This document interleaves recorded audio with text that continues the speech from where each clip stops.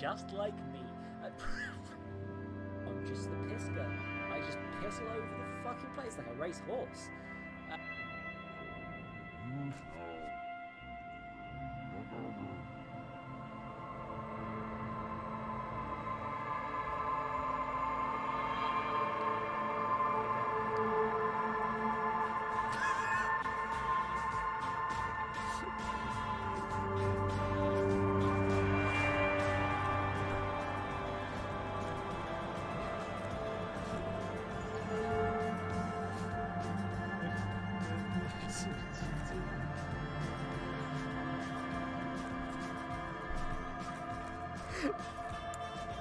Is that farmer?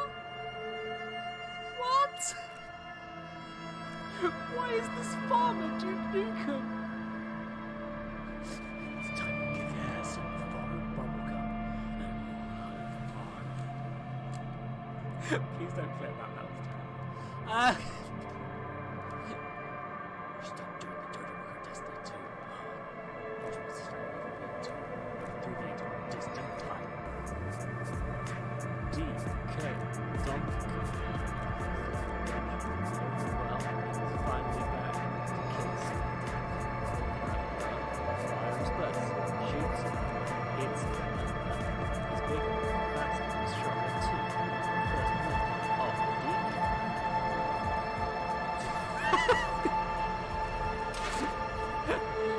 This is ethical.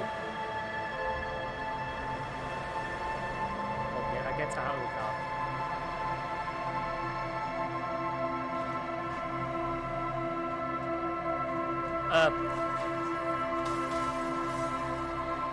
I'm noticing some minor glitches in this version that weren't in the original.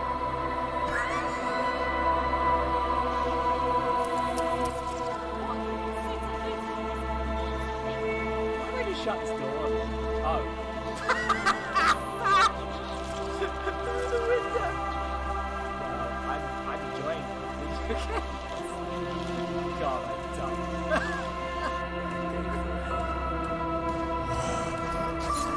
Where do you have healing powers? What? Did you fill the fucking car right? It's time! Pizza ting! Fine. Don't think about it too hard. Don't think about it too hard. It's fine. Everything's fine. Everything is fine! I'm the elite sniper! Don't you know? The elitist! Snipers! Oh! Elite! Stacks the side stream! Elite sniper! Oh yeah, you can just change the eye expression. No options.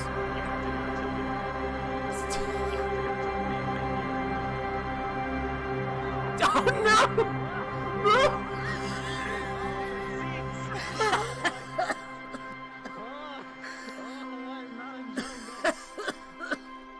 Jesus Christ, are you okay? Are you okay? It's a good... A lot of visual information.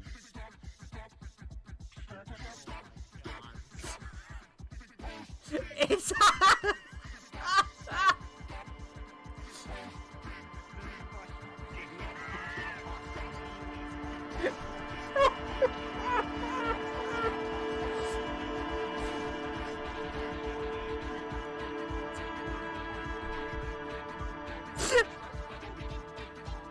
This is better than what I was going to play.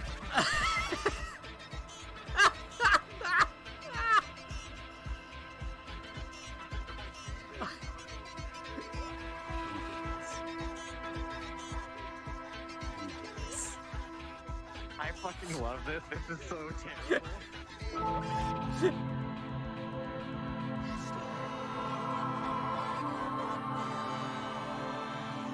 It just goes dark! Just like me.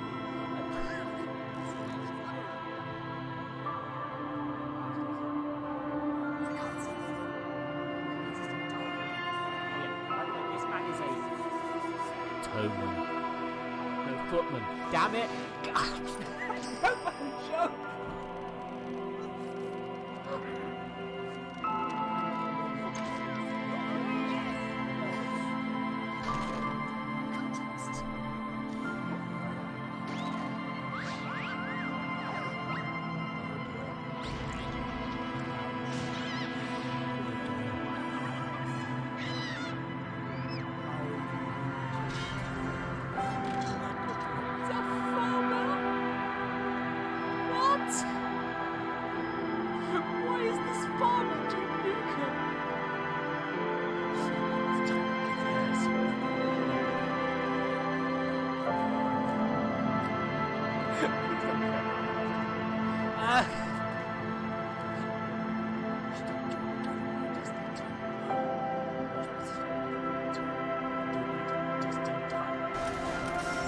Sorry, bud, don't really want to deal with your shit, I'll be honest. It's just so, you know, there we go.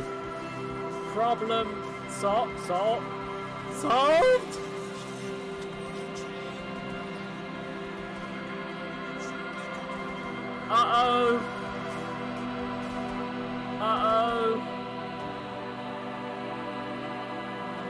What was that about the glitch making this game better? Because, it definitely is. Holy shit.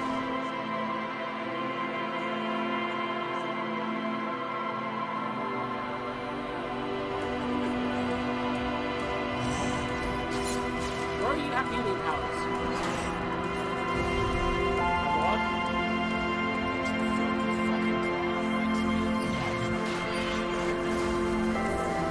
It's time! Pizza drink!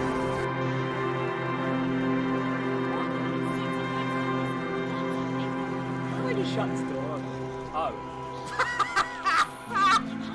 Through the window! I'm enjoying video games. God, I'm done.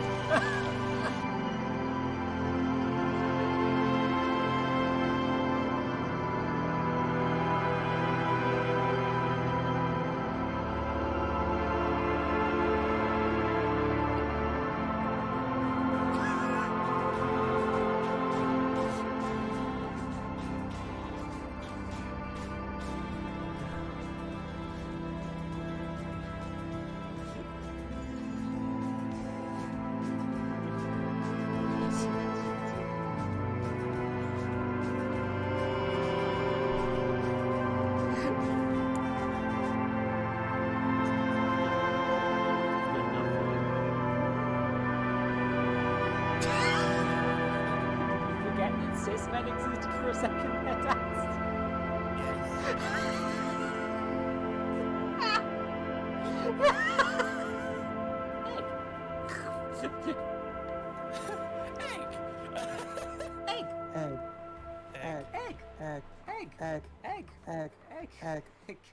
Egg.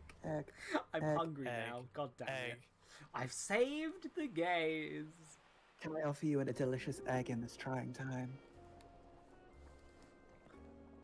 Egg. The chat is just egg now. Egg. Fuck. Egg.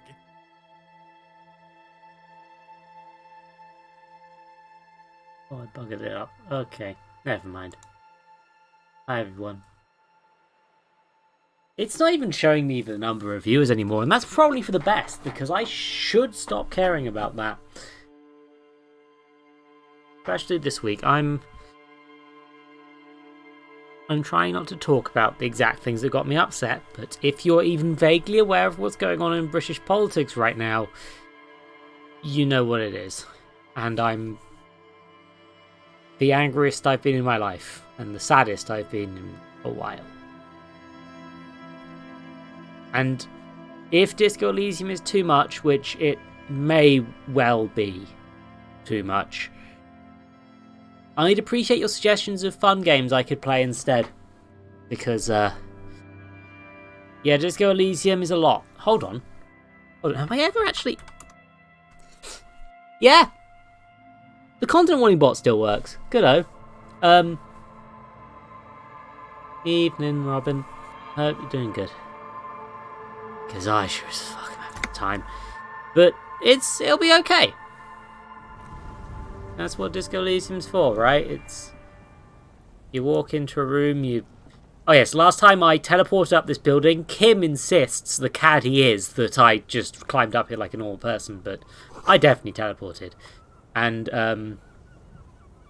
Central Sword Beam has been destroyed by artillery fire. And it's time for me to go try and find a way to get Kim inside. That's my current goal. I'll explore minor stuff while I'm here, but the primary thing is the glass is covered in grime and dust. You can barely see out. The current thing is enter the building, let Kim in. Postcard. Oh. Ah, more postcards, eh? You know,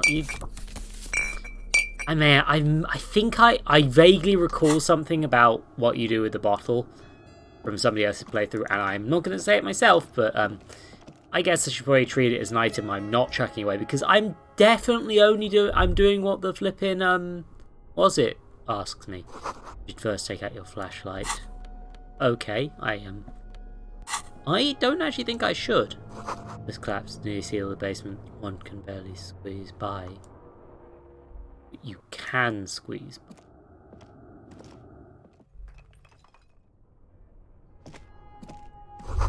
Antiquated office furniture, last century maybe.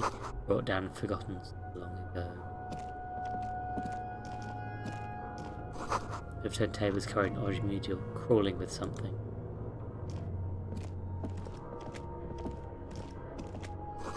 Old file folders in the cart, documents silvery with mould.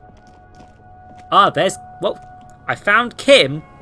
So, Two rusty metal plates that slide apart form a crude door. It's been here under the boardwalk for a while. Push the doors open.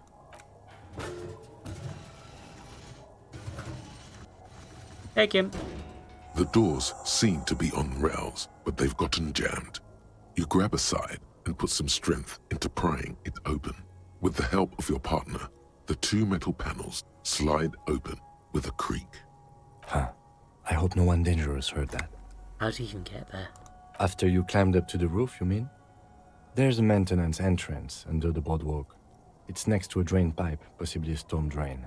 It was easy to miss before. He's quite proud of himself. At least could have saved me the effort. At least now we have an exit, so let's get going. It's time to investigate these passages. Yeah. Here it is. All that. I feel like we should probably do some... Oh my goodness, that is really easy to miss. I can see why we missed that. But I'm worried. And also, I'm quite...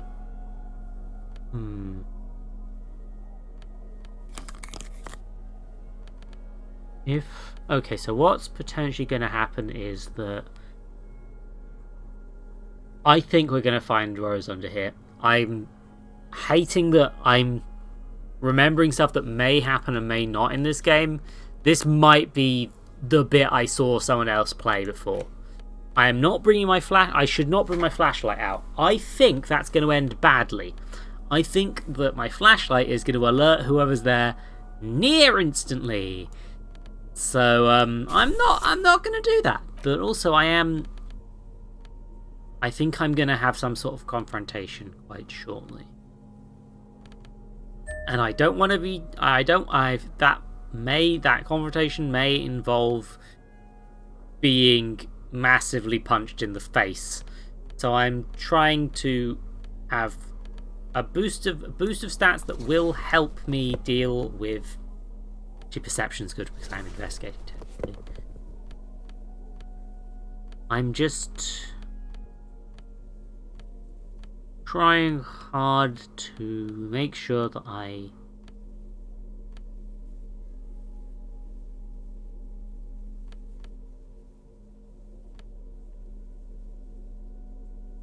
empathy's already pretty high. That is what's gonna happen.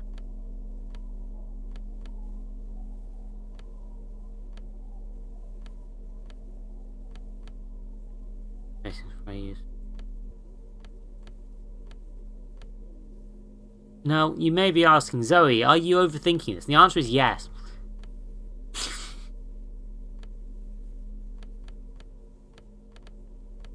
Half remembered things. Don't particularly want to get in there. If I knew I was definitely getting in a fight, pain threshold half light, but I think this is good for what I've got. And for once in my life, I am not going to be running because I am genuinely quite worried that someone might hear us down here. There are thick, dusty panes of glass. Intersolidary suit jacket. Interesting, a new one. I don't get those. I haven't had one of those for a new thing for ages. A muted brown suit jacket, perfect for a day at the office or an evening at the cafe. The red rose at the bottom left breast pocket is slowly wilting. Right on. Ah. So if I wanted to dress like the world's most boring man, I could. This does appear to be a full outfit I've obtained at this point.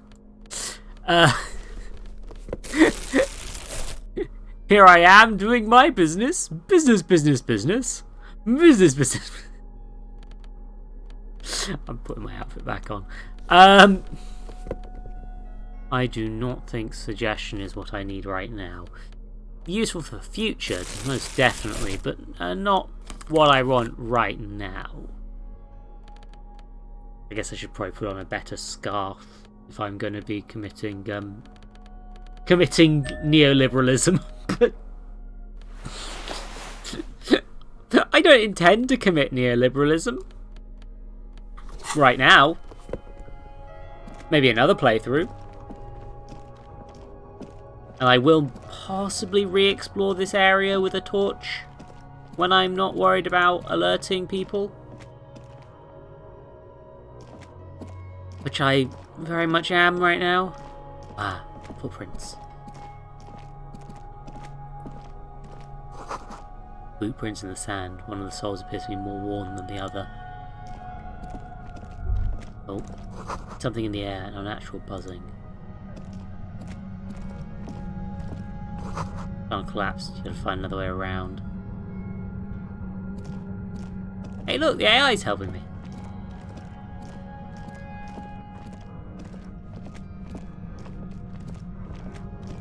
Here we go, policing again. Oh, getting louder, the buzzing sound. Yeah, I vaguely recall. There it is again, like a swarm of hornets buzzing under your scalp.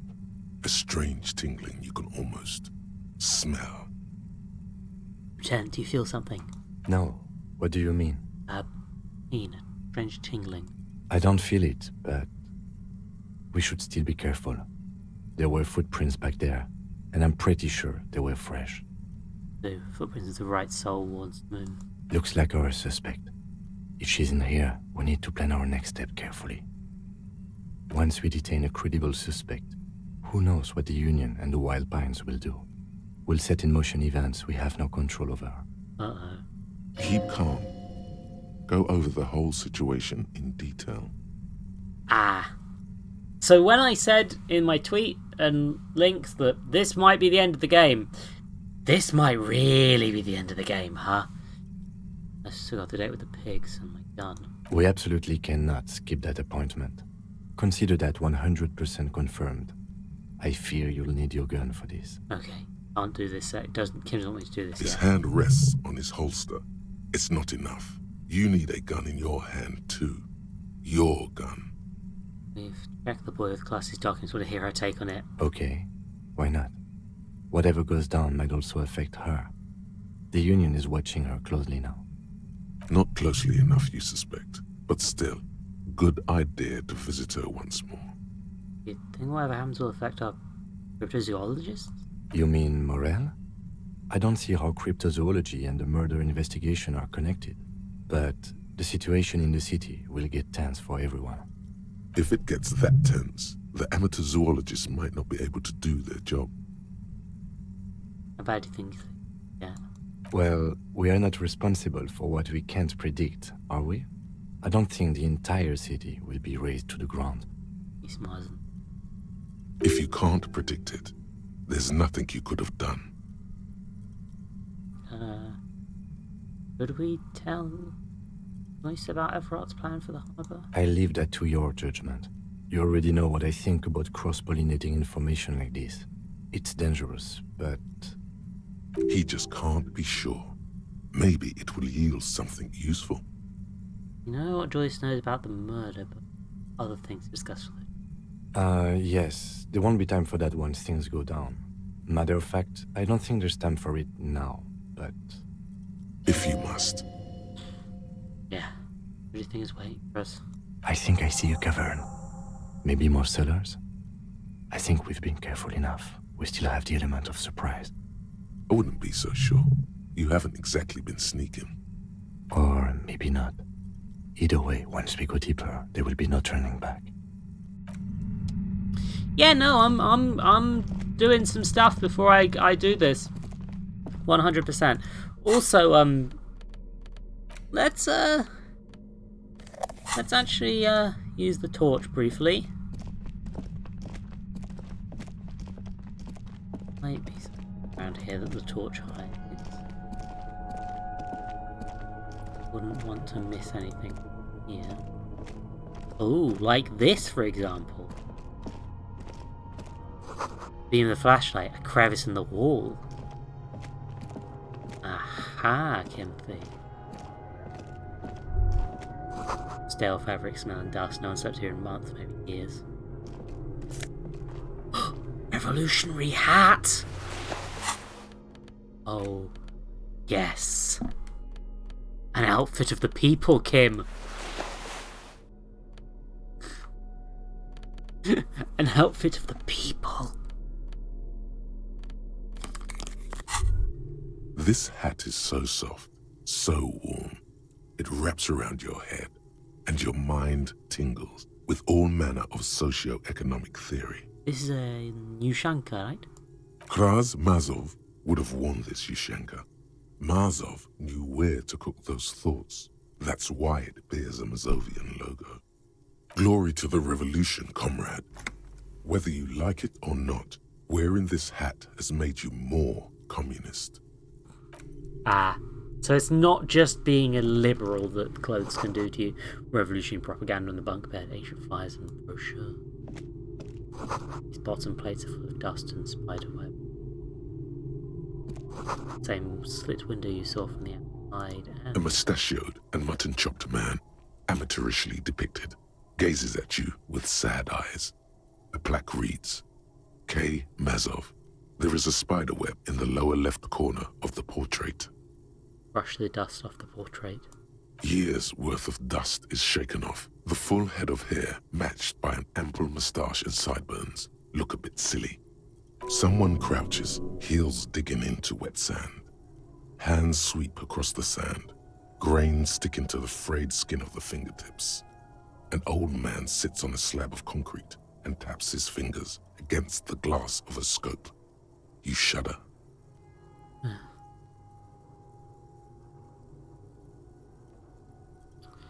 Look, Comrade Mazov. Yes, I can see that. Looks like some communists were hiding out here. They left a long time ago. A long time ago? How long? Half a century? This was probably part of the network of defense posts the communards built against the amphibious landing. He looks around. I think the purpose of this bunker was to produce propaganda. It would have had radio equipment back then, but that's all been looted. What's with these secret weapons caches in secret bunkers? We have found a lot of those lately. I guess what most people think of as history tends to linger in rundown neighborhoods. Martinez being what it is, no one has gone through the trouble of cleaning out the old bunkers. Maybe I should move in here. Seems cozy. I won't stand in your way, but only after we're through with this case. Did someone have stopped through here recently, though? You mean like Ruby? No, I think we've stumbled on a piece of history. He looks at the dust. Now, which of these is Is it one of you map ones that's screaming at me in the notifications? Look, I got stuff to do, right? I'm being a communist, it's important.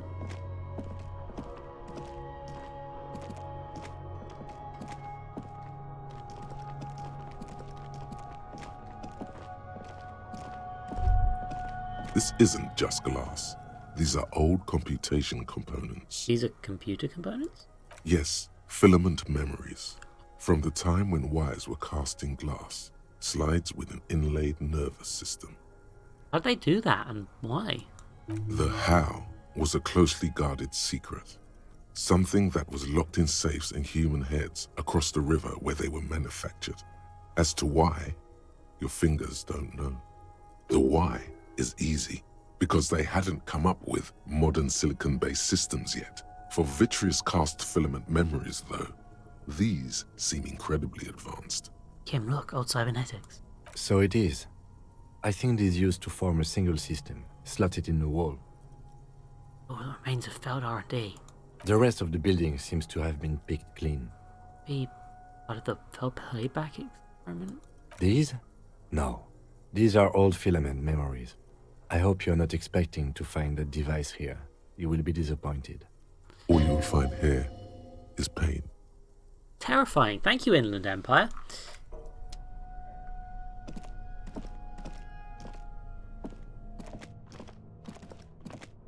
Kim, gonna go up again.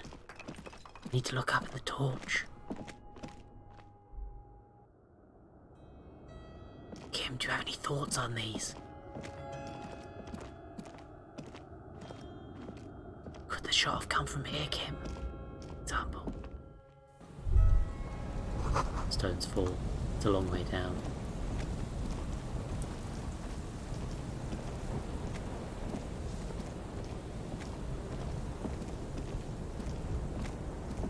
Yeah, no, this, I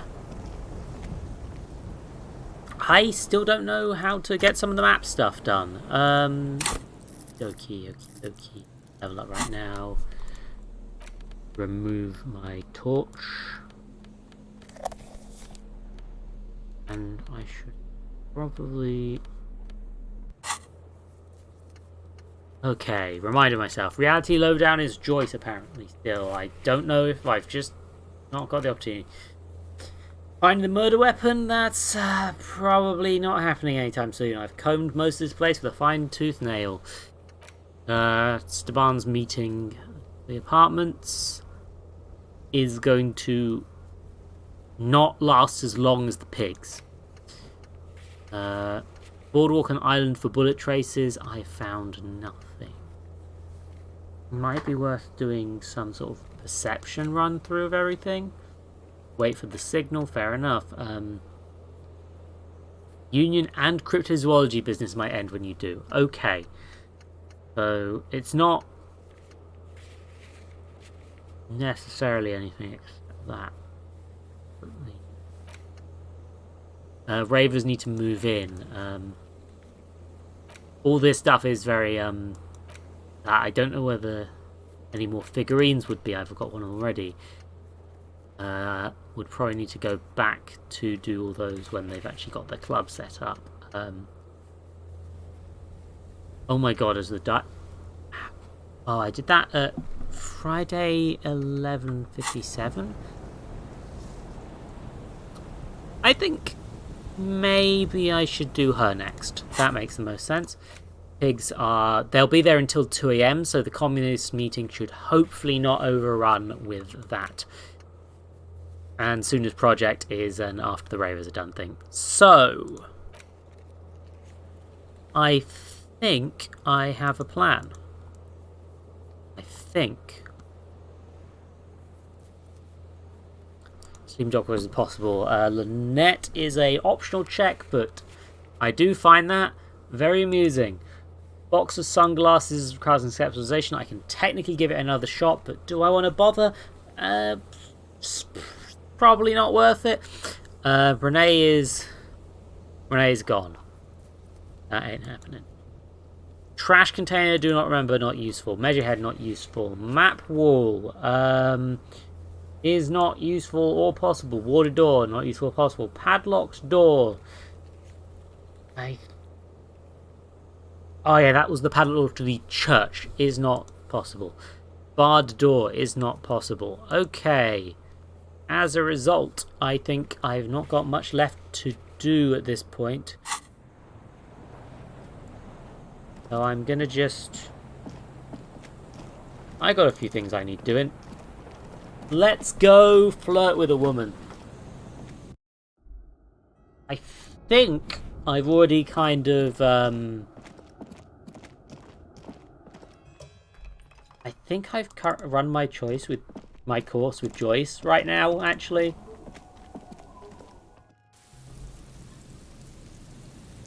You know, I want to talk to this dude. What do you think of me teleporting up that building? And what do you think of my fancy new Mark's hat? Hello again. Yeah, nothing else. Okie dokie. Which case... Yeah, it's a case of just walking to the fisherman shacks, I think. Although... I'm going to put on an outfit entirely designed around perception, if I can. Quickly. Because I think... Oh yeah, let's put on my fancy suit.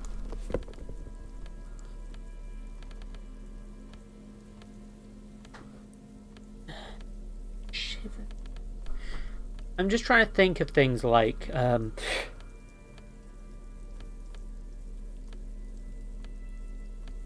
The thing that's really bugging me is that I can't check all the places that have been shot right now.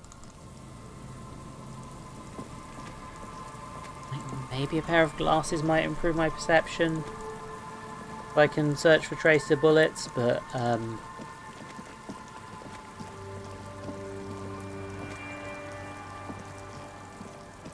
that mission is the one that's kind of confounding me, because I've only actually managed to get the thing at Land's End to respond to me in that regard, and it's quite a big response, you know.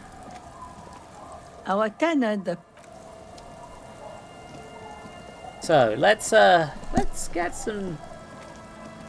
Hey, pretty lady. Aye, the sea's gonna calm down soon. I can feel it. The wind is turning southeast. What's on your mind, officer? Hey, go out with me. Alcohol, man. Fuck. That's exactly what she needs. Now make her see that. Alcohol makes it close as possible. Let's connect. Alcohol? Connect? I'm not sure I'm following you. Get hammered on with me on a date. Drunk date. It'll be nice. That's a good impression. You really cracked me up, officer. Now, how can I help you? She doesn't even understand. You asked her out. 3 Perhaps you're separate too attempts sober to to ask find this her woman out, and all Try of them have again failed. later. That's very funny. You know, Kim, maybe I should give up with women. I don't understand what you mean. You're back? It's fine. Good.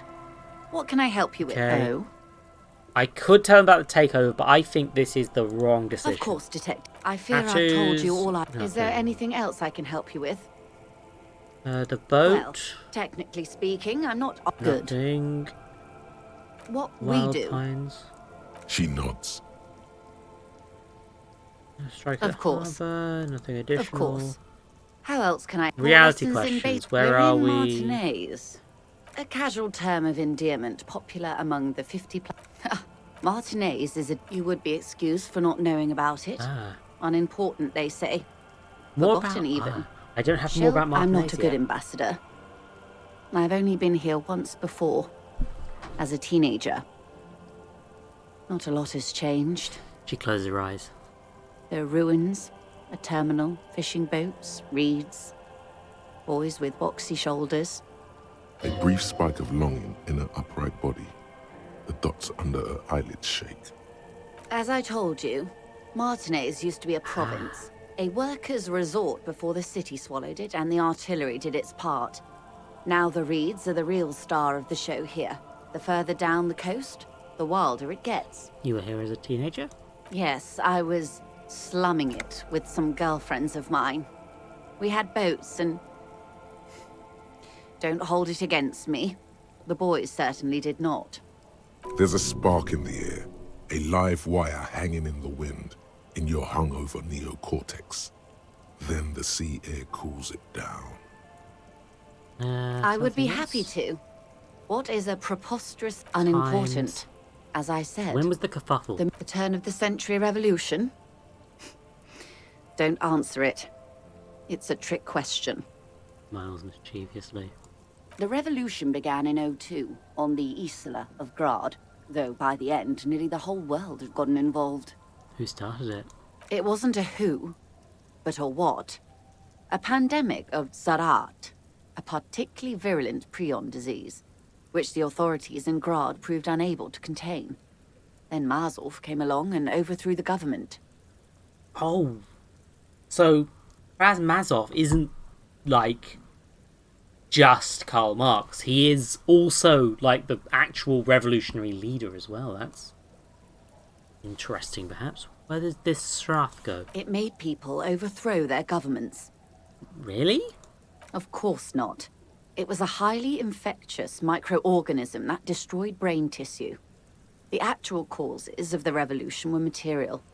The pandemic only provided the spark. Where did it spread from there? From Revachol and Grad? Not far. The world managed to cauterize itself. Mazov's government was overthrown in '08, and the coalition crushed the Revachol commune 2 years later. It was the end. What came next? Why? You and I, officer. Our lives in the zone of control. Reza Arm's raincoat flapping in the wind. Something tells you her life and yours are not that similar. Maybe it's because she has a boat and you have that necktie? A pair of pants? Our lives are very different from each other. No doubt. But we share the same time and position on the planet's crust. That counts for more than you think. What's the zone of control? A city-state divided into free market zones under the everlasting interregnum of the Coalition of Nations. And you, of course, the citizens' militia. The clatter of typewriter keys fills the main hall of the reappropriated silk mill. Precinct 41. Chad Tilbrook presses enter. Outside, Officer Elfboy Williams slams the door of an armored motor carriage. The zone of control is the third incarnation of Revachol, after the failure of the suzerain and the commune. And in the rest of the world. Modernity. They developed the marvels of the inter-easlary communication. Telematic milieus, radiation, colored plastics. Meanwhile, in Revachol West, the aftermath continues for the 5th decade. But how long exactly? 43 years. Hard to fathom, I know. Doing all that time? The 20s saw a decade of urban war, west of the river leveled, offshore platforms in flames. Still, it's regarded as an improvement on what came before. '08 to '19 was simply hell. For that? The 30s? Things settled down in the 30s. Revachol East transformed itself into the world's largest tax haven, with the international community's blessing. For the first time in a long time, it seemed like things were going somewhere. Then you happened. Your youth in the 30s. That's when they discovered disco. Yes, and quantitative easing. It was a market mirage, unfortunately. The 40s dispelled it. An Isla-wide hangover, you might say. So, here we are. She curtsies. Welcome to reality, baby. Guess I missed that last bit, huh? From the looks of it, the 50s haven't been much better for the zone of control. You can see it in her eyes. Days slipping away. You don't seem to be thrilled. I've no right to be dissatisfied. This shirt is Barbara Muscova, this raincoat is impervious to rain and is guaranteed for 100 years. My daughters will wear it. He looks at the eternite roofs and cinder blocks soaking in the sea air. We could have had so much more. Every one of us. If only we played it right. The voices. Hello, Mixed Casual. Yeah, no, it is. I'm fucking 12 parts in, and it's... I missed one bit of this conversation that I thought would be meaningless, and it's given me entirely new stuff to go with. Oh, thank you for the follow. Oh, thank you. What would you have done differently, Joyce, by the way? I don't know how to transition. Good question. What would you have done differently? He cranes in. No, her first. I asked you. Who are you in all this? And I asked you, past less detective of the citizens' militia, what insight has acute encephalopathy given to you? Here's some wisdom, lady. Say the death thing. Thanks, Half-Light. Medical solution. Okay, so I think the disease did it. I would have killed more people. Made off. Well, that's the thing. I don't know what I'd have done different. And you would have died, most likely. Not far from here. Maybe even right here, during the beachhead, defending the coast the day the Coalition took the city. The cold runs down your spine. She gestures toward the waters. Probably.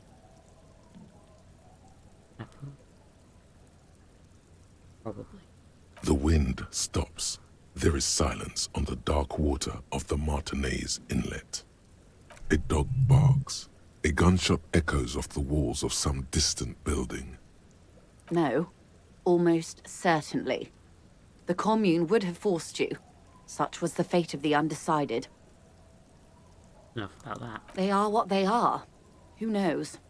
An afterbloom may yet come. Anyway, enough sentimentality. Is there anything else you want to know? Now's your chance. Ask her who she is. She won't get out this time. Seriously, I want to know what you are. He hums. She won't maneuver her way out of this one. Stop dodging. What are you? I am the vilest of the vile. A traitor. A devourer of nations and infants. There's with a sudden flash of teeth. I am an ultra. It's sharp. Dios mío. A liberal.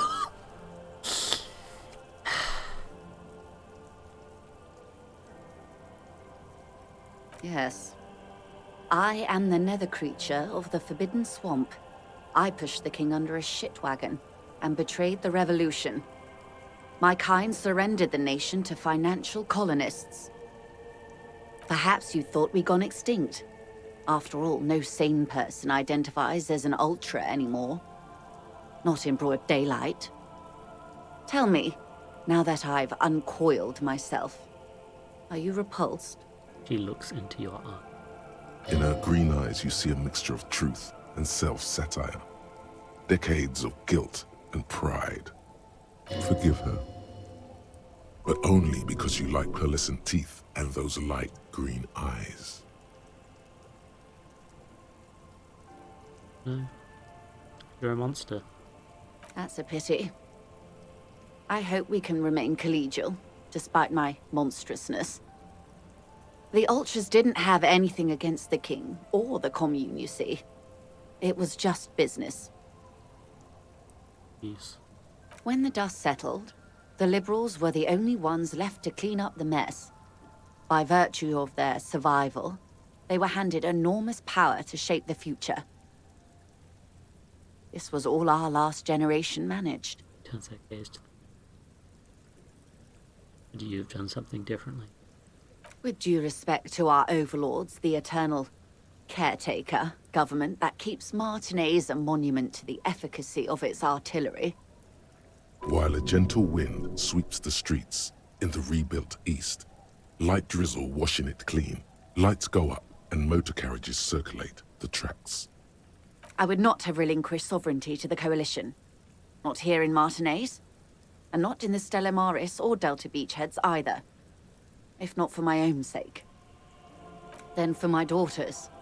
We had an obligation to defend our sovereignty. We should have burned the whole Isla down rather than let them have it. I'm not sure it's better or worse that she knows that. Dark orange flames reflect in her green eyes. An oil fire on the ocean. You're a patriot. Yes, I suppose I am. But I wouldn't be a patriot anywhere but here. Seditious talk, man. Lieutenant puts down his notes and gives her a look. You're a smart woman. I don't mean that as a compliment, I mean that as an observation. Perhaps. My intellectual vanity will be my undoing. Her earrings china chino. You have daughters? Yes. Whatever else I am, I'm also a mother. And a wife. Now, shall we return to reality? That's all for now. Glad to have been of assistance. The little that I know. Anything else? That's all for now.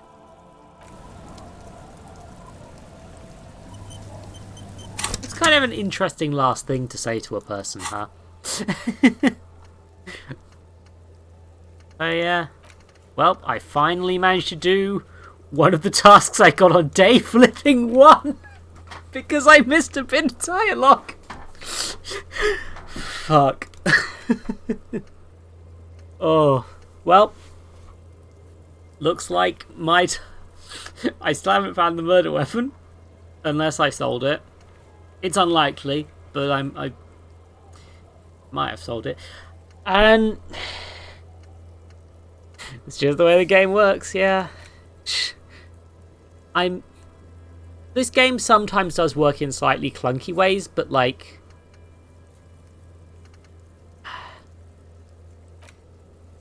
I think I'm on Friday and I can never get this check. But maybe I wouldn't have noticed I could never get this check if the game hadn't left it in the map, right? There's plenty of things like this, but the fact that I can never complete this check in this playthrough is... hoof.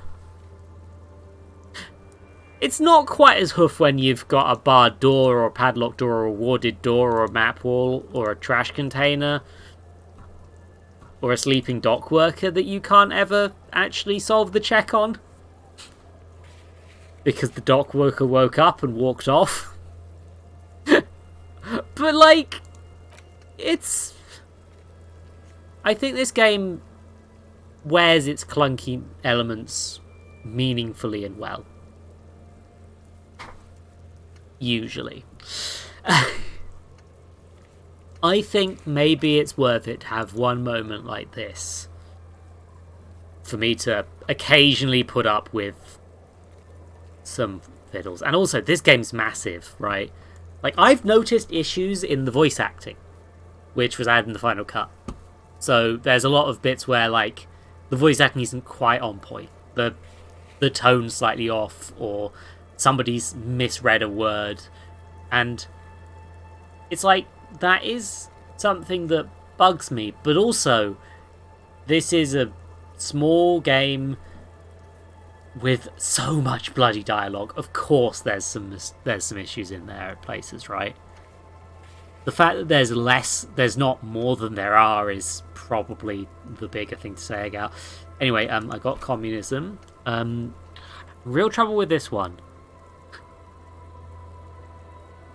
Right? I don't know what's setting these off. This is the one thing that I'm letting people give me a little bit of backseating on. Robin's already told me that the island I literally can't access yet. I don't know where in the boardwalk I need to go to set that off. My stuff. That's the one I need to do. I need to revisit. They'll be moved in tomorrow. I don't think they'll be cut off by the Ruby on the Coast stuff. Union cryptozoology, so I want my gun first, meaning I need to do the pig stuff. I want my dice, so I need to go talk to the dice mate. My brain is zonking.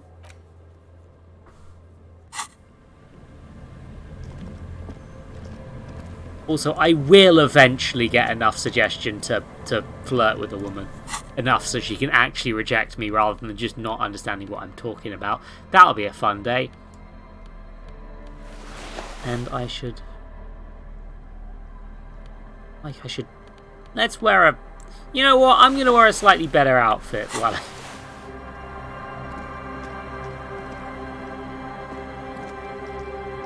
while I teleport around. This works. Instant transmission! Yeah, no, I'm a little bit, I might be a bit of a hoarder. Oh yes, and also I haven't talked to, this isn't a marked quest right now, but I haven't talked to Classier in a while. Let's, I should maybe put on a outfit that's... Classy is tricky. I trust some of my stats, but not others with her. My logic, I kind of trust.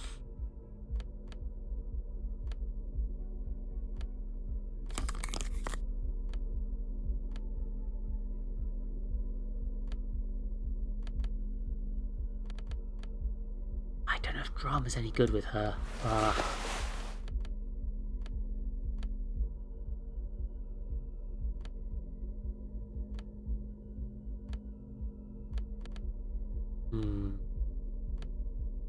To be fair, I should probably just go to her with in an outfit that I haven't gone to her in before, which might actually make it fun to do my full track suit.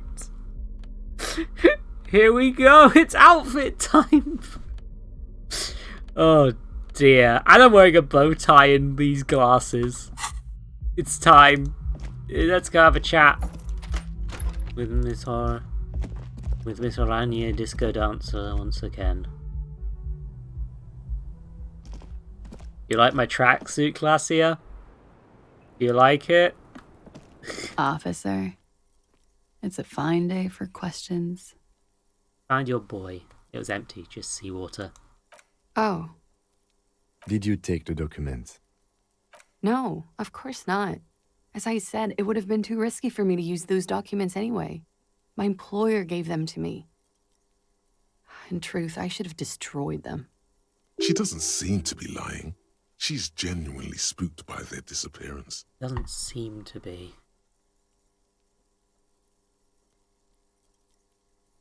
Find this under a theft of some kind. Thank you, but actually, now that I think about it, you mentioned seawater. I was worried I'd been too careless with the latch mechanism. The documents were probably just washed away. The words, washed away, sound distant and strange suddenly. Somewhere far away, a dog barks. Why do I feel like you've won? I really don't know, sir. I certainly don't feel like I've won. I feel like shit, sir. All the time. She smiles, a bitter little smile. She means it. This turned out so well for you. You've slipped past all suspicions. Clearly, I haven't. We're having this conversation, aren't we? How well could it have gone, I mean?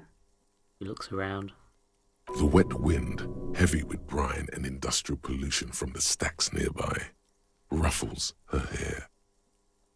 I'm stuck in Martinez just like all of us. I've been up here for... I don't know how long now. I like to call this my rooftop containment facility.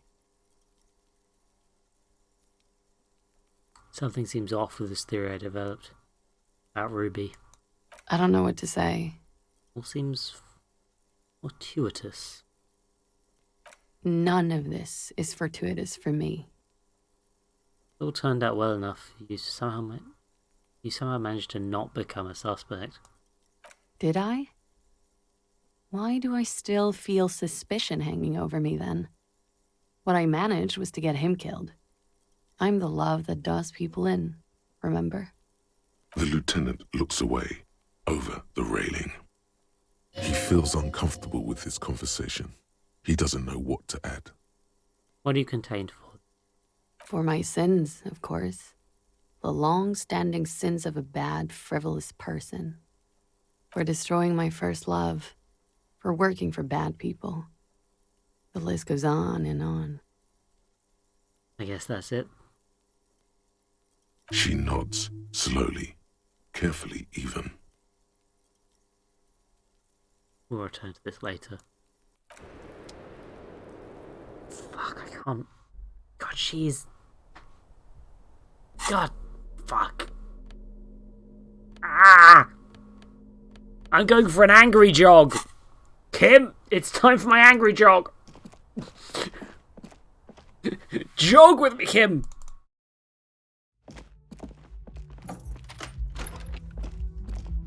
Actually, can I still get in here? I can. Huh. The fan stands. No, I find something interesting about that. Kim, yeah. Come on, Kim, it's time to jog. Okay, we've got this. Nothing else with them.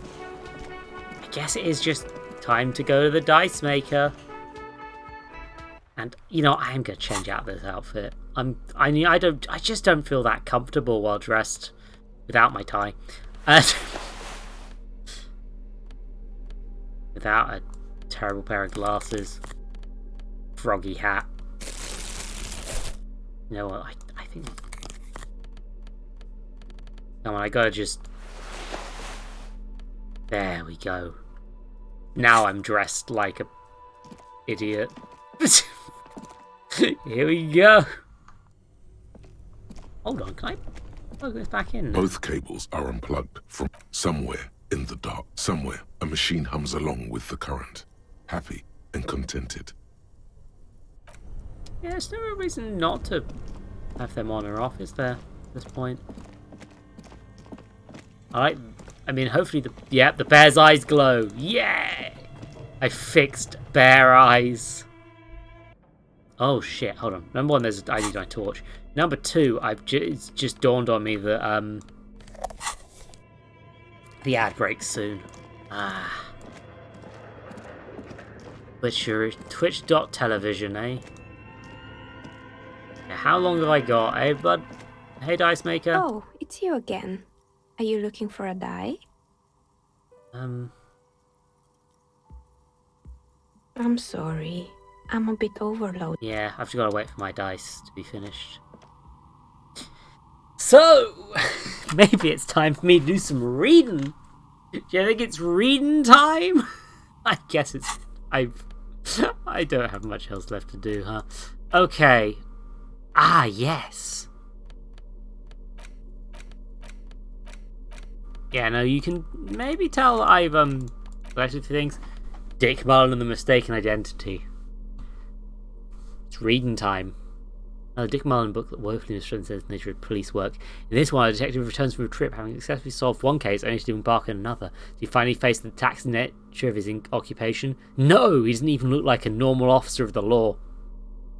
In your hand, you hold Dick Mullen and the Mistaken Identity.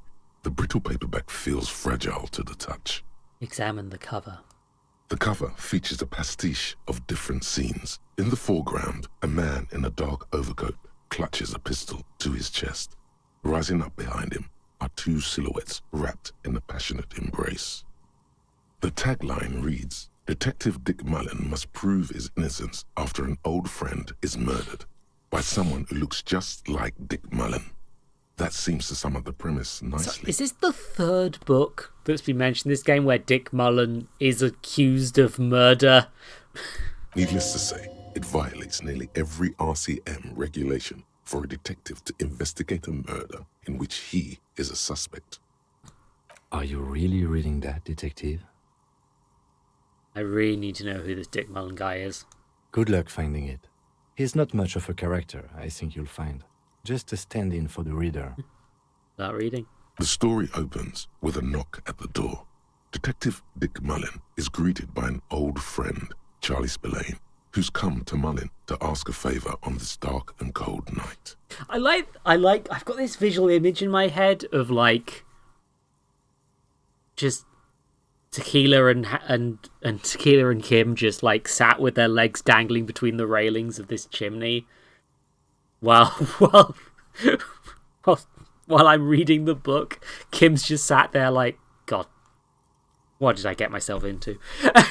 Spillane needs Mullin to drive him in from Vespa to a small town along the Insulindian coast. Despite his friend's apparent agitation, Mullin does as he's asked, then returns home where he passes out drunk, as he does most nights.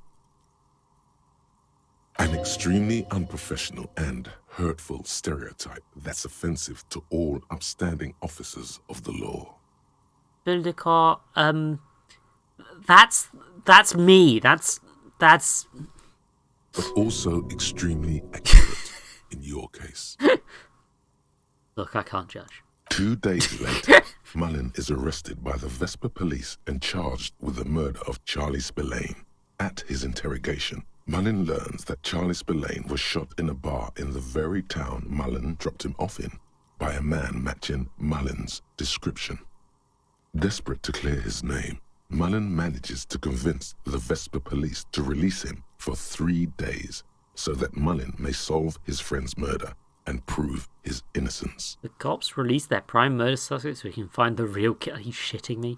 What's the matter, detective? I don't know who's writing this shit, but I get the feeling they aren't experts on homicide investigations. The lieutenant shrugs, resigned to the idea that his profession will rarely, if ever, be accurately represented in art and literature. They're not shitting you, detective. This is what the writers think passes for police procedure. Oh, goodness. Okay, so it's 10 seconds to the ads, and I just want to keep reading the books. Like, the others take a break, do a thing, but like, I'm just going to keep reading this. I want to know. And this isn't key to the plot. So I'm doing it. Okay, so Mullin didn't do it. Of course, Mullin didn't do it. That's the whole premise of the book. Anyway, Mullin returns to the seaside bar where Spillane was murdered and meets a beautiful, mysterious woman named Diana de Nerva. Nice, a dame. And not just any dame. She's truly one in a million, a knockout whose mind is as dangerous as her curves. But she's got a secret.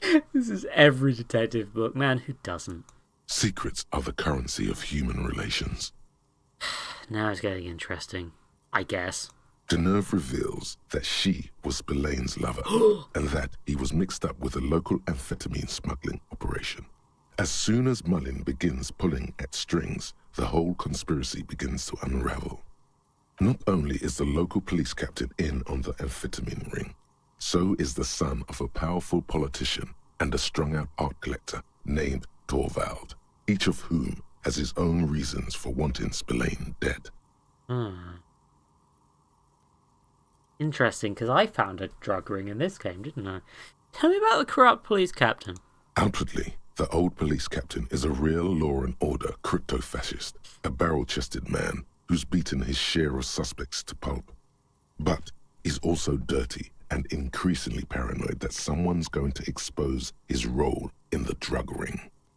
He would certainly have the motive and the means, but the captain walks with a noticeable limp from an old war injury. Is it possible that he was able to conceal it long enough to commit the murder? I hear about the politician's son. A typical privileged twat. In all likelihood, he's just in over his head. He does bear a personal grudge against Spillane, though, a former prosecutor who nearly brought down his father's administration. The kid doesn't exactly have Dick Mullin's manly build, but he is the correct height, and while interrogating him at his home, Mullin did notice a certain overcoat that looks suspiciously like his own. What was that about, an art collector? Torvald, the art collector, is a strung-out mess. Frankly, it's hard to imagine him holding a pistol steady enough to actually hit someone, let alone plug them 3 times in the chest the way Spillane got did. That said, Torvald and Spillane have a long history, and while interrogating him, Mullen discovers that Torvald was once involved with Deanna Deneuve. Could it be that this is all over a sordid love triangle? Okay, let's get on with the story. One evening, Deanna Deneuve comes to Mullen's hostel room in tears. The two of them drink half a bottle of vodka, and soon they're seeking comfort in each other's arms. Jesus Christ. Yes, comfort and pleasure. The warmth of another human's touch. The burning taste of liquor on her full, sweet lips. Tequila Sunrise fucking reads about a person fucking kissing a woman in a book and heals health. Fucking amazing. Well, that testimony won't be admissible any longer. How does Mullen expect to solve the murder if he's sleeping with witnesses? The man's a prosecutor's nightmare. Solving a murder counts for nothing if all the evidence gets thrown out in court over police misconduct. Not sure I'm happy with this, but maybe the story will turn it around. As the two lovers share a post-coital cigarette, Deanna Deneuve turns to Mullen and says, "By the way, Dick, there was something else I meant to tell you." He's Detective Dick.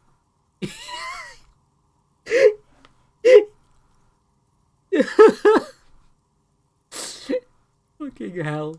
I love you. Oh. The name of the true killer. Everyone's getting really into it, though.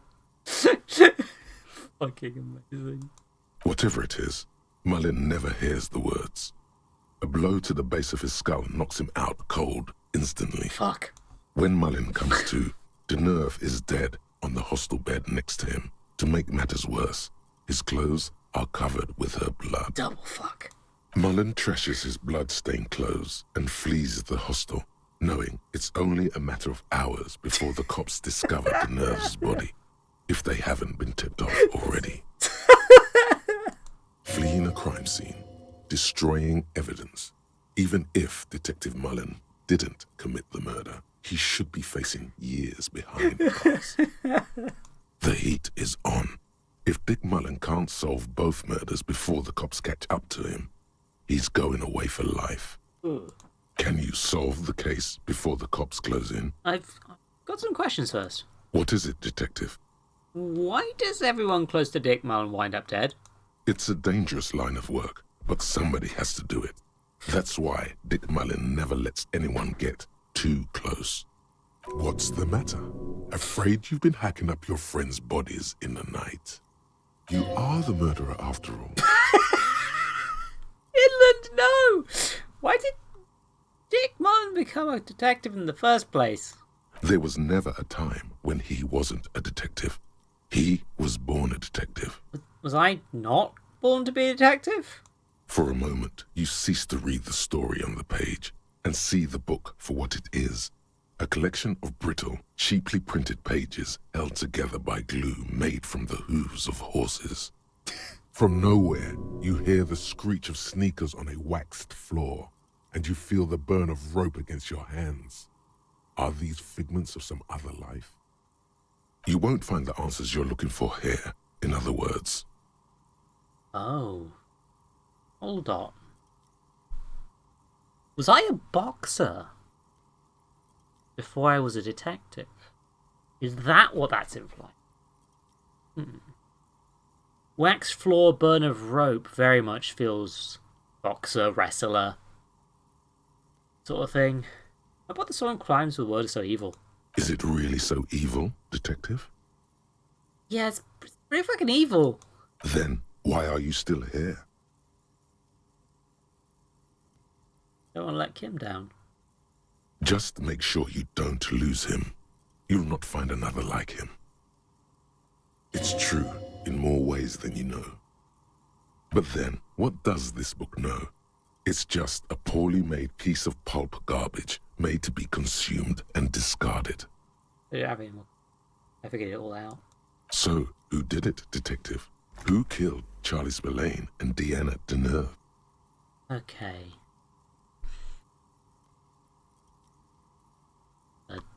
Dick Mullen? Have you been paying attention at all? It wasn't Mullen. It was an imposter. Now go on. Find out who really did it. I think it was Dick Mullen. You begin furiously flipping through pages. Even as you know these books follow a series of well-worn tropes, you find yourself completely engrossed. You're turning pages so fast, you don't even notice the ancient spine coming unglued. You try to grab the pages as they come loose, but your fingers aren't quick enough. They're gone. Dozens of pages scatter across the floor. The last fifth or so of the book seems to have been lost. Hey! It's possible that you could gather and reassemble the pages, but it would take way too long. Holy shit, Robin, you've watched enough to become VIP? Holy crap! Well, mate, you're getting VIP as soon as I can remember how to fucking do it. Basically. Oh, it's Roles Manager on Twitch, I believe. Hold on. Roles Manager. Yeah. Hell yeah. Yep. You've flipping earned it. I almost typed Robin rather than Rocky into the roles thing.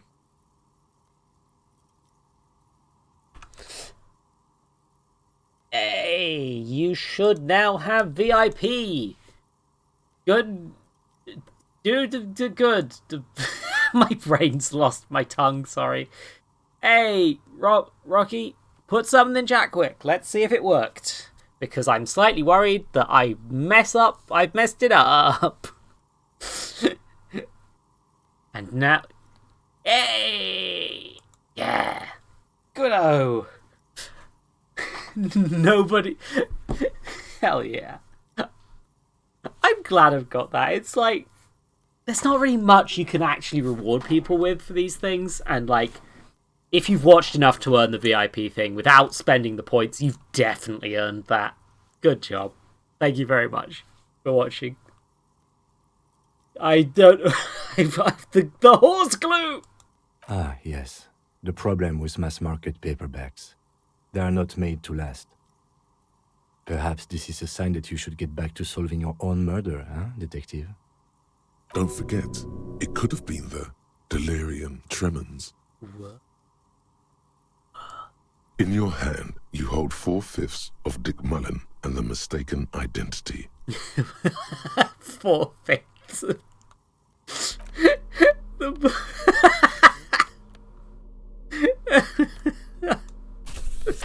Dang. Okay. Well, I've got another book to read, but let's see if I can pick up my dice. Oh, it's you again. Hey! Are you looking for a die? I've came back to pick up my die. Very good. That will be 7 real for 1 custom die. Oh no. Oh no, I have the money on me right now. I don't do orders on credit. Come back. Yeah, Kim, quick, we gotta fucking run. Kim. God damn it, Kim, I fucked up, Kim. Kim, we gotta... Kim, that's the wrong way, Kim. This is entirely your fault, Kim. Kim, we gotta go. Kim, I fucked up.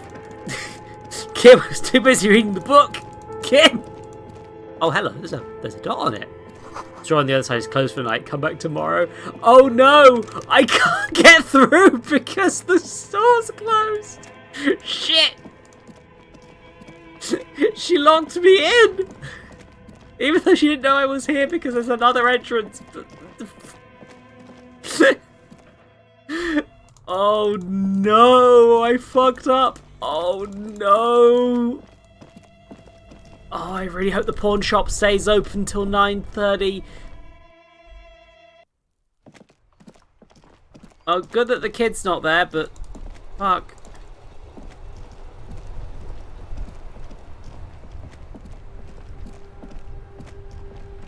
Is the pawn shop open? Please be open. Buddy. Pal. Oh, thank fuck. Buddy, I've got...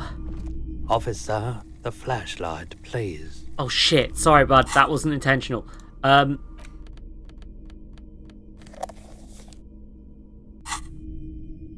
Hello.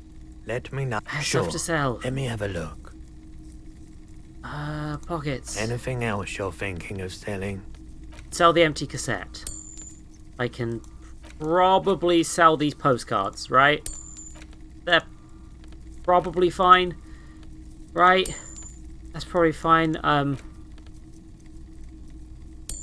I feel like this might... The production filament... I don't actually think it's useful for me at this point. Because I've done everything to do with it already. So... There you go, buddy. Enjoy your production filament. Another time, Ben. Thank you, buddy. I would have been 30 cents short anyway. Shit. Wait, no, why did I... 70 cents short. That's not how... Money doesn't work on seconds. Why am I... Oh, dear.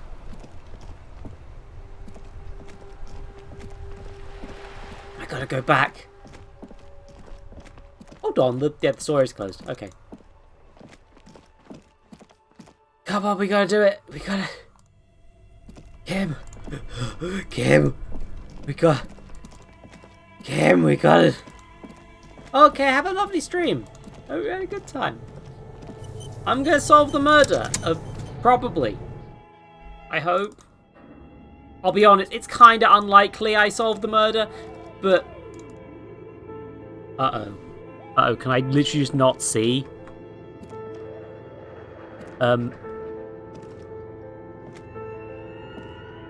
I literally need the torch to navigate this space, huh?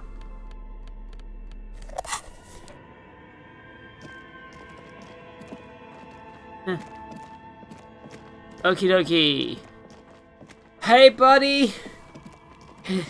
Oh, it's you again. Very good. Sorry I was short. Here's your amber dye. Nice Snake opens her desk drawer and hands you the dye of colour of dark syrup. There appears to be a small fly embedded within. It's like looking into a lost little world.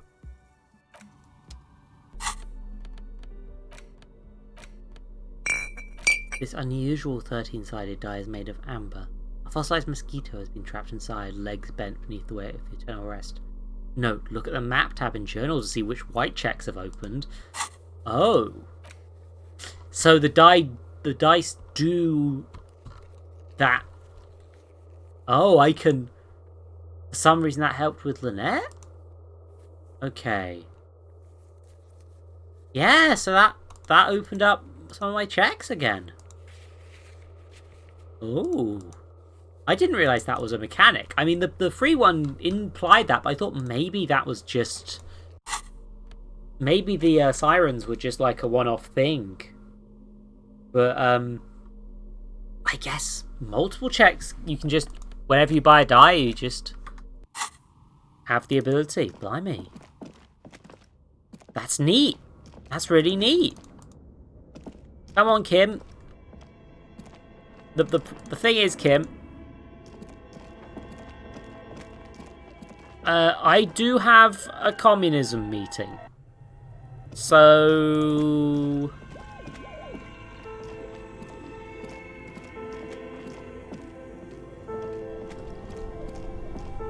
It's quite important that I go do that. You understand. And as a result, I'm gonna just... I need to make sure my outfit's on point. And I'm...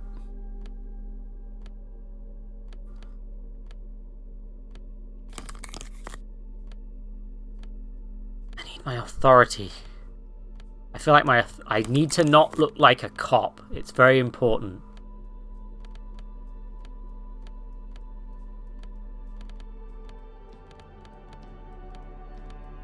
Because I'm not...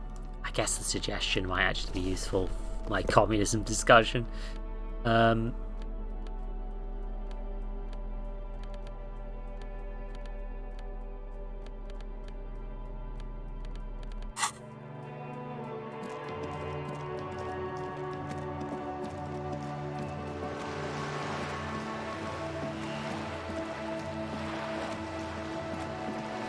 Yeah, 30 minutes until communism, Kim. And then I can run off to confront the pigs. Nice and simple. Got my dice.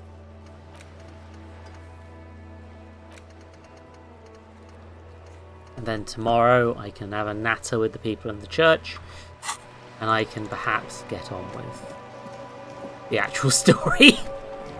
That would make sense, huh? Yes. Here it is, Kim. This door has been closed with a padlock. A chalk-drawn number on the board said no reply. Uh-oh. Oh yeah, I still need to wait. It's, I have a time. Hey, you want to learn about the greatest innocence, everyone? This dusty tome brings knowledge on the history of innocences, written by one Paulo Salamo Lopez de Fuego, a Mesque fascist who tries to reach a conclusion on which the innocence is the coolest in the world. The Greatest Innocence by João Paulo Salomão Lopez de Fuego. The book is large and heavy. Crack open this immense tome. Browsing through the various chapters, you try your best to understand the ceaseless overflow, the sprawl of names, dates, places, events historical. Most of it ends up as a twisted mass of facts inside your brain. Your educational survey is done. Did you catch any of that? No. Oh well, it's pop quiz time. Let's see what you've learned. This might take a few minutes. You ready? Sure, why not? That's the spirit. Here we go. Question 1. Who was the first innocence? Oh yeah, this is what I was made for. That's all right, go on, give me all the hints you got. A pop quiz is a short examination designed to test your knowledge without any prior warning or announcement. Such exams allow the teacher to assess how thoroughly the students have retained the material at hand. Voila. Now blast that first innocence. Thanks for nothing. Yeah. Dolores Day. Dolores. Oh, pain threshold? I mean, I think it was Dolores Day, but... Incorrect. Dolores Day was the innocence of humanism, internationalism, and the welfare state. She codified parliamentary democracy and created modern institutions. Among these, the moral intern, she was powerful and beautiful on all her icons. Her colors are silver, white, and apricot. And when you think her name, Dolores, stomach acid rises to the back of your throat, and it hurts. You see a flash silver, a wreath, an airport bag, and blonde hair. You don't know why. Another choice, perhaps? I'm starting to increasingly think that Tequila Sunset was flipping married to Dolores Day somehow, which makes no sense. Steer clear of this one. There's something terrible about this one. What? A strange sensation of loss. When she left the earth, the dust, and the ice, and the humans. That is unimportant to the quiz. Stop thinking about this. Yes, the quiz is impersonal. No need to rouse sensations in yourself at the mention of Dolores Day. Who was the first innocence? It wasn't Dolores Day. The Pericoronacian? Correct. Nothing much is known about him. It's not even clear that he was a he, but Franco Negro presumed as such and called him Pius. He's depicted as a young man with molten gold pouring out of his mouth. All he spoke was gold. It's said he invented God and equality of men before God. He also introduced the gold standard as a way for measuring people's love for Aurum. As the first innocence, he declared that there should be more of those like him. It is presumed his disciples were the beginning of the Holy Party, the founding party.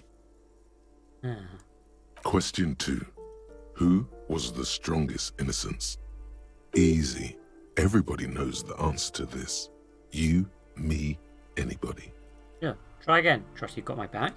An innocence is the highest category of historical personage in the world, a literal personification of history. Traditionally, an innocence, when anointed, assumes supreme rule over the Occident or the known world in general. At least, the parts that matter. Yes, so interesting. But I thought you'd give me the answers to the question. I can do better. Okay, so commonly an innocence does not enforce his or her power through military power. This is seen as unnecessary. The innocence wins because an innocence can't help but win, for their deeds are inevitabilities. Did this help? No. Damn. Great. Dolores. Pain threshold saying it makes me think it's less likely to actually be Dolores. I think it is. I think the answer is Dolores, though.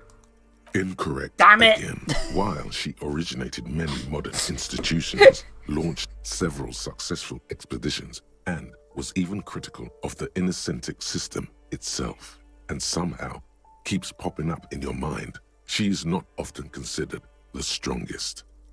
Even though the words most associated with her rule are l'amour, la compassion, la autodiscipline, love, compassion, self-control, which could be seen as facets of strength.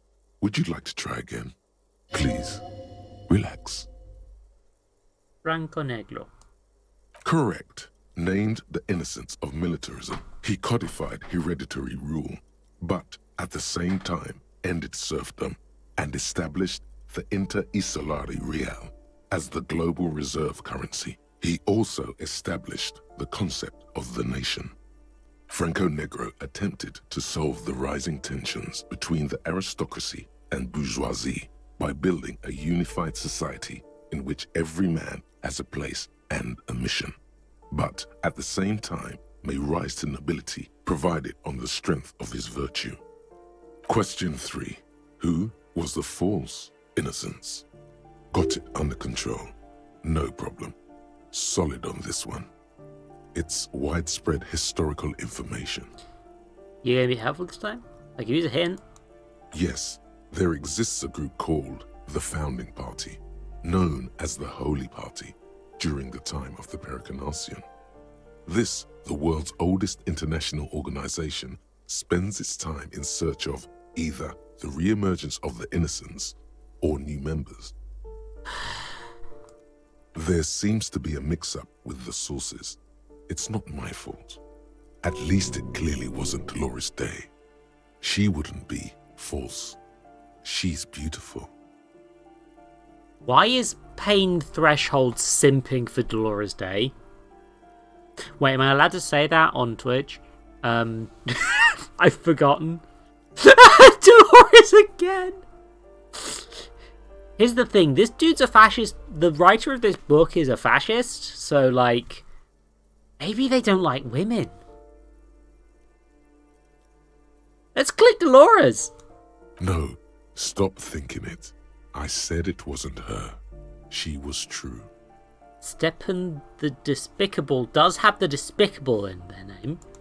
Incorrect. Stepan the Despicable, regent of Kedra, was a ruler who conquered the known world during the Kedriatic conquest, instead of the despotic Erno Pasternak.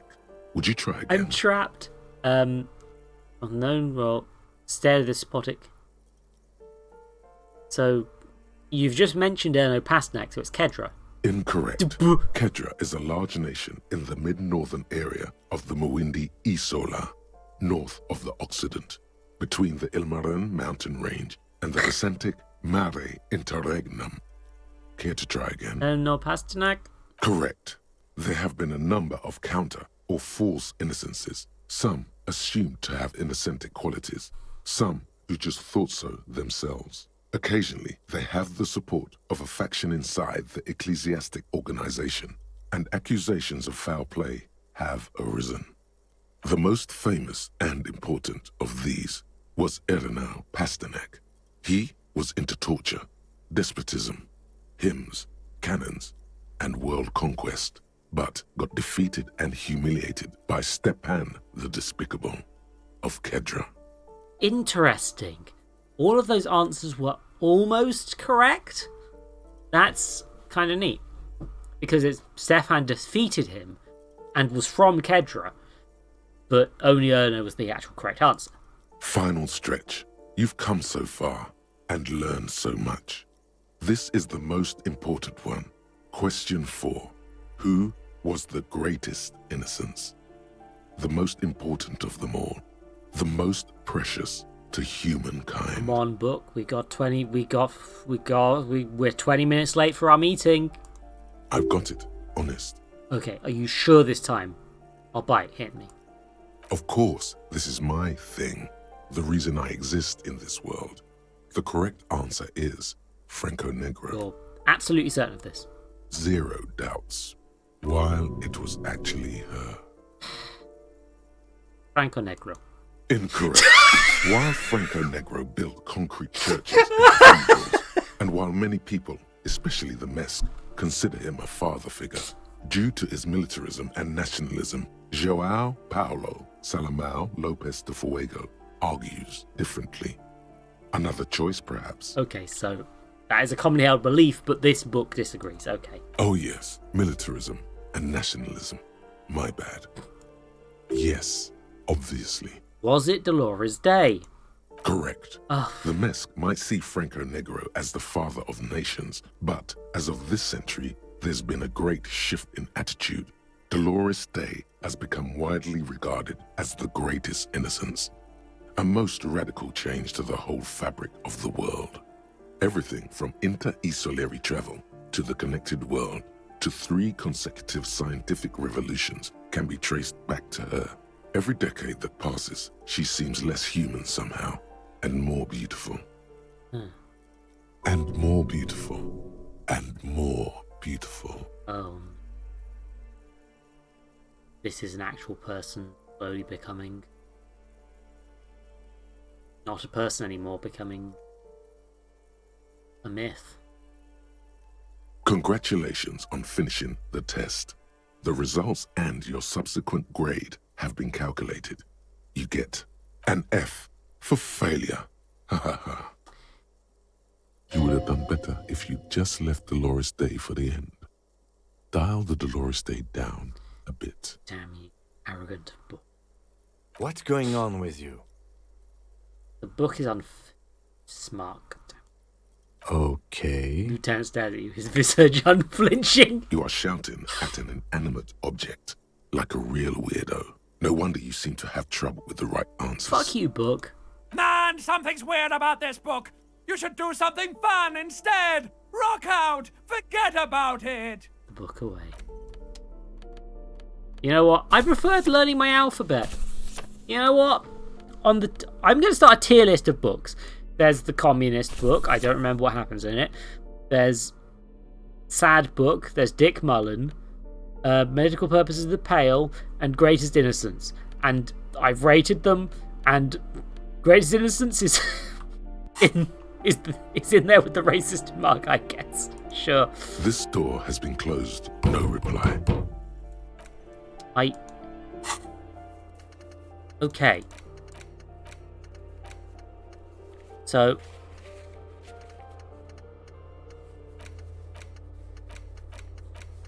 did I miss it? Organised. Esteban's meeting at the Cape Side Apartments. Do I have to go outside? It'll be around here somewhere, right? Only half an hour late. Hey, where's the meeting? Hello again, officers. Have you come to admire my mural? Catch you later, Cindy. This is the Cape Side Apartment, right? You don't know about the meeting. Give me a moment. I've already asked you about the meeting.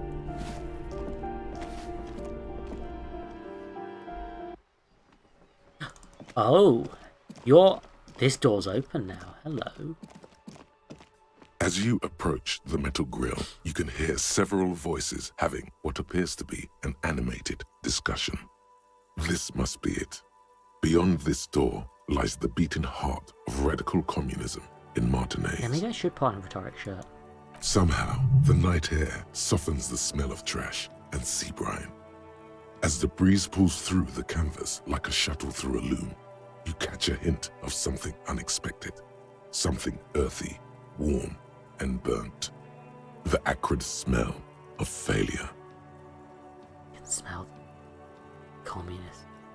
No, that's just slightly burnt coffee. A smell you would recognize anywhere. Just look at these pigs sniffing about after hours. Why didn't you say the secret door was right behind you? Must have slipped my mind. You know how it goes. He gives you a lackadaisical shrug. The metal grill is cool to the touch. You notice the lieutenant is looking uncustomarily anxious. His posture is rigid. His right hand hovers near the zipper of his jacket. You okay, Kim? Oh, I'm fine. I was practically born to infiltrate underground communist He cells. takes a quick look over his shoulder. Which is just to say, we should be prepared for any eventuality. Vitalist. You can make out at least 2 separate voices. 2 voices, both male, approximately early 20s. Careful with those now. I have it. It's going to work. I can feel it. Knock, knock. The clang of metal reverberates all along the scaffolding. The voices coming from the other side fall silent. A pair of frightened hares cowering in some dark crevice of their burrow. Who's there? Is that you, Maurice? Are you all communists? I'm looking for some communists. Who said communist? Did we say communist? Get out of here. I've already built like 0.0001% of communism, but I need to get organized. Can you help me? For a moment, silence. A slight sensation of static electricity as before a storm. A miniature conference is taking place inside, and you are the subject. What's the passphrase? Oh, I can't remember what it was that Manana said. Letter of the Sausage Grinders is a no. Black Mole Empire, no. Disco Supernova, no. 1, 2, 3, 4. It's... yeah. Remember Dolbreva and Albidanaz. There's no response. You begin to wonder whether they've slipped out some back way. No, they're still there. You can feel them back there. All right. The key's taped to the back of the door frame. Just make sure you put it back when you're done, or we'll all be locked out. And do watch the concrete. It just kind of falls away, in places. Charmant. After you, detective. Have fun at your underground meeting, pig. Hope it's a blast. Cindy, I'm trying. Trying, Cindy. The 2 young men are either oblivious to or ignoring your entrance. Their attentions are fixed on whatever it is they're stacking in the middle of the floor. Matchboxes, it I appears. forgot to put on my shirt, never mind. I think it's holding, Alexis. It is. It's holding. Careful, careful. Oh no! No!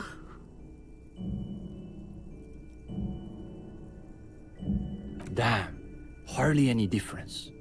The young man shakes his head and then looks up at you and the lieutenant with barely concealed irritation. You two, you are late. They should know the meeting starts at 10 p.m. sharp. His companion looks up at you and squints. Don't let them see you flustered, sire. Play along. You weren't exactly easy to find. That's the whole point, of course. We can't just have anybody waltzing in here. Martinez is crawling with reactionary infiltrators. To say nothing of Gotwaldians and iconoclasts. The young man's companion reflexively snorts at the mention of Gotwaldians and iconoclasts. We all have to take precautions, especially during these delicate times. What matters is that you've made it, and that you've done the reading. Yes, the reading. Yes. Uh-oh. No one said anything about reading. You'll just have to wing this one. Kim, did you do the reading? No, detective. The only reading I've been doing is right The here. lieutenant holds up his little blue notebook. He seems to be wagging the notebook at you, as though he suspects you may have forgotten why you're here. I have not had time to seek out pretentious communist book clubs, nor have I done their reading.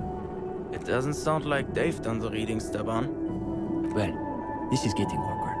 I'm not sure what you're expecting to find here then. There's profound consternation in his voice. You suspect it's about something bigger than your not having done the reading. Maybe they can explain themselves. What were you doing with those matchboxes just now? The young man frowns at the little pile of boxes on the floor.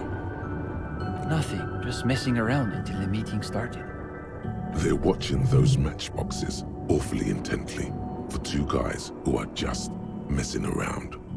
It's almost as though they were trying to create the most unstable structure they could, with predictable results. What exactly are you two doing here? In the most generous sense, I would say we're cultivating revolutionary consciousness. Yes, that's probably the best way to describe it. But more specifically, we are running a reading group. The most rigorous and theoretically advanced materialist reading group in Martinaise. Comrade Steban is a great discussion leader, one of the best at the university. It's obvious they take this group of theirs extremely seriously. Whatever you do, don't compare it to a common book club. Yawn. Can you imagine anything duller than a bunch of Beano-clads yanking each other's knobs? God damn, Half-Life. Half-Life, Half-Life, yeah.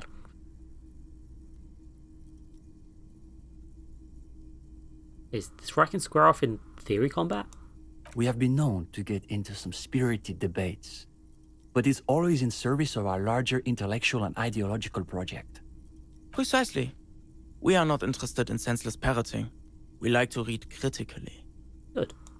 Within the contours of Mazovian historical materialism, of course. I didn't realize they taught radical Mazovian theory in the universities. Huh. As though you can call that pablum teaching. One thing you learn quickly at university is that you're not going to find a real education in any lecture hall or discussion seminar. We are post-attendance, basically. Exactly. The only worthwhile part of the so-called École Normale de Revachol is the library. That's where we've made our greatest critical strides. Okay, so what does your reading group actually read? We study all the foundational texts of Mazovian theory, of course. Just last week we finished the second volume of Puncher and Watman's Innocence of Capital. Truly extraordinary. And before that we spent 6 weeks on State and Plasm. Uh-oh. You can feel your attention span rapidly deteriorate. Force yourself to keep listening. We've also read Wertmüller's The Megastructure of History, and before that, Real and Reality. Uh-oh. Arblar's Une Paix Infernale. The original Fisdale translation, not that watered-down revisionist garbage. These two deserve the Order of Honor for bullshitting. There's no way they've actually read all this stuff. Obviously. But, of course, our special emphasis is on the theories of Ignace Nilsson and his followers, especially the inframaterialists. Who are these inframaterialists? You're not familiar with them? It's pretty advanced stuff. You may not be ready for it yet, Gendarme. The two young men exchange skeptical side glances. Okay, but who's this Ignace Nilsson guy? Only Krasmazov's most trusted lieutenant, the evangelist of the revolution, and the founding father of the People's Republic of Samara. It's hard to overstate how unimpressed he is that you've never heard of this world historical individual. He also happens to be the greatest communist theorist after Mazov himself. It was Nilsson who first postulated the existence of ideological plasm, which forms the basis of inframaterialist theory. Plasm, huh? Sounds like a hell of a drug. You might want to ask about it. The young man sighs. His companion looks about furtively. Where is the rest of the reading group? What do you mean? This is the reading group. So there's just two of you? We're in something of a rebuilding phase. Some of our former comrades didn't have the ideological fortitude our work demands. The fuck does that mean? What? Okay, but what happened to them? Intellectual attrition is maybe the best way to describe it. Felix said he couldn't keep up with the reading on top of his classwork. And Susanna wanted to read text other than Mazovian theory. Like novels, if you can believe it. I mean, I like a good novel every now and then. Oh, sure. But you can always join a book club if that's what you're into. We've tried recruiting new members, but unfortunately the current intellectual climate is pretty hostile to inframaterialist thought. These days, if you're on the left, the ascendant schools are the Godwaldians and their iconoclasts. Don't forget about Maurice and the turnips. Right. Then there was the whole turnip debacle. Whatever this turnip business is about, one thing is perfectly clear. These young students have a much deeper understanding of communism than you do. You could learn a thing or two from them. If you can convince them you're one of them. What about Cindy? Is she part of the group? Cindy is... how to describe her role? Something of an ideological auxiliary, perhaps. Yes, that's exactly how I would put it. And naturally, we support her radical counter-liberal aesthetics. But she refuses to submit an essay, so we can't call her a member of the group per se. So she actually does stuff rather than just writing about things all day. That doesn't stop her from using the room for studio space, of course. So she's the only one who's actually doing anything. Ugh! What's bad about Gottwaldians? They're the most depressing school of communism. They love writing long books with a patina of Mazovian theory to cover up their cheap psychologizing. A gang of cheap psychologists and intellectual midgets. Typical Gottwalders, in other words. Companion sneers, and I... Ugh. It's okay for Uli to say that, because his dad is from Gottwald. Does that let you use the M word? Okay. Sure. What's so depressing about the theories? The Gottwald school believe that intellectuals as a class are incapable of sparking revolutionary change. So all they can do is critique capitalism from inside itself.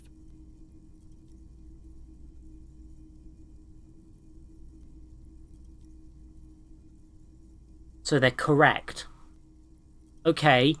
In other words, they have lost faith in their own relevance. Yeah, no, justifiably, to some degree, yes. That's why they spend all their time smoking cigarettes and writing long works of criticism that make you want to commit suicide. I mean... the last part isn't how I'd react, but it does sound miserable. It is miserable. That's probably why they're always committing suicide. That's... Jesus. You see, the Gottwald school look like communists. They talk like communists. But scratch the patina and you'll see beneath that they're just depressed liberals who've read too many books. Okay, but what about the iconoclasts? For starters, they love talking about beans. Beans? That's right. Iconoclasts are obsessed with beans. They love thinking about beans. They love counting beans. But most of all, they love building models to predict how many beans there'll be in the future. So they're economists? Nota bene, Oh, iconoclast is an extra pejorative form of the already pejorative name Mazovian economists, a moderate school of Mazovianism which advocates the gradual transition to communism through carefully managed economic modernization rather than violent social revolution. Okay. They're by far the most bean-centric school of communism. So, although I think the gradual thing is not necessarily going to be fast enough, I can see the comfort in that. And I think it's probably fair to understand economic models when trying to make an economic model. Ah yes, the much maligned bean counters, ensconced in their think tanks and high-rises, believing they can save the world through a series of incremental, assiduously technocratic reforms. Isn't it good to know how many beans there are? See, you're already falling for that scarcity logic. You start off assuming there aren't enough beans to go around. So naturally you want to cut the bean rations in half. But how do I know there's not enough beans if I don't know the number of beans? You need to know the number of beans as a fact to know whether it's being over or under assumed. Next thing you know, there are budget cuts, so now we've got to cut the bean rations in half again.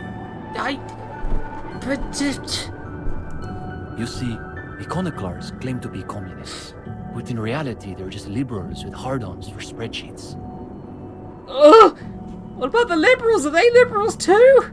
Of course not. The only people who actually call themselves liberals are mouth-foaming reactionaries.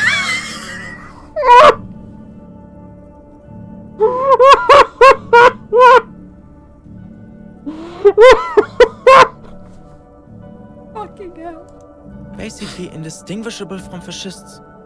You'd need an X-ray machine to tell the difference. Oh god, everyone's a liberal except the liberals who were fascists. He's called Echo Maker because he's just echoing the other dude. While also claiming that he's not just echoing theory at the same time. That's terrific. Do you say something about turnips? It's an unfortunate story. You see, our ex-comrade Maurice is something of an economist. He's studying macro and microeconomics. Fair enough. Wow, a real intellectual, it sounds like. Lieutenant arches his eyebrows. Right. So a few weeks ago we were discussing the extra physical capabilities of the revolutionary state. And Maurice said, what were his exact words, Ulexis? What are Ulexis? It was unbelievable. He said, turnips don't care if they are grown by communists, moralists, or Vulcan. They grow just the same. Basically, he was rejecting the whole foundation of inframaterialist theory. I mean, was he? Or was he saying that turnips don't care? What is this inframaterialist business they keep blathering about? You've never heard of anything like it. Remind me of what inframaterialist theory says about turnips again? Simply that under suitably revolutionary conditions, crop yields naturally increase relative to non-revolutionary crops, which Morris somehow has the gall to deny.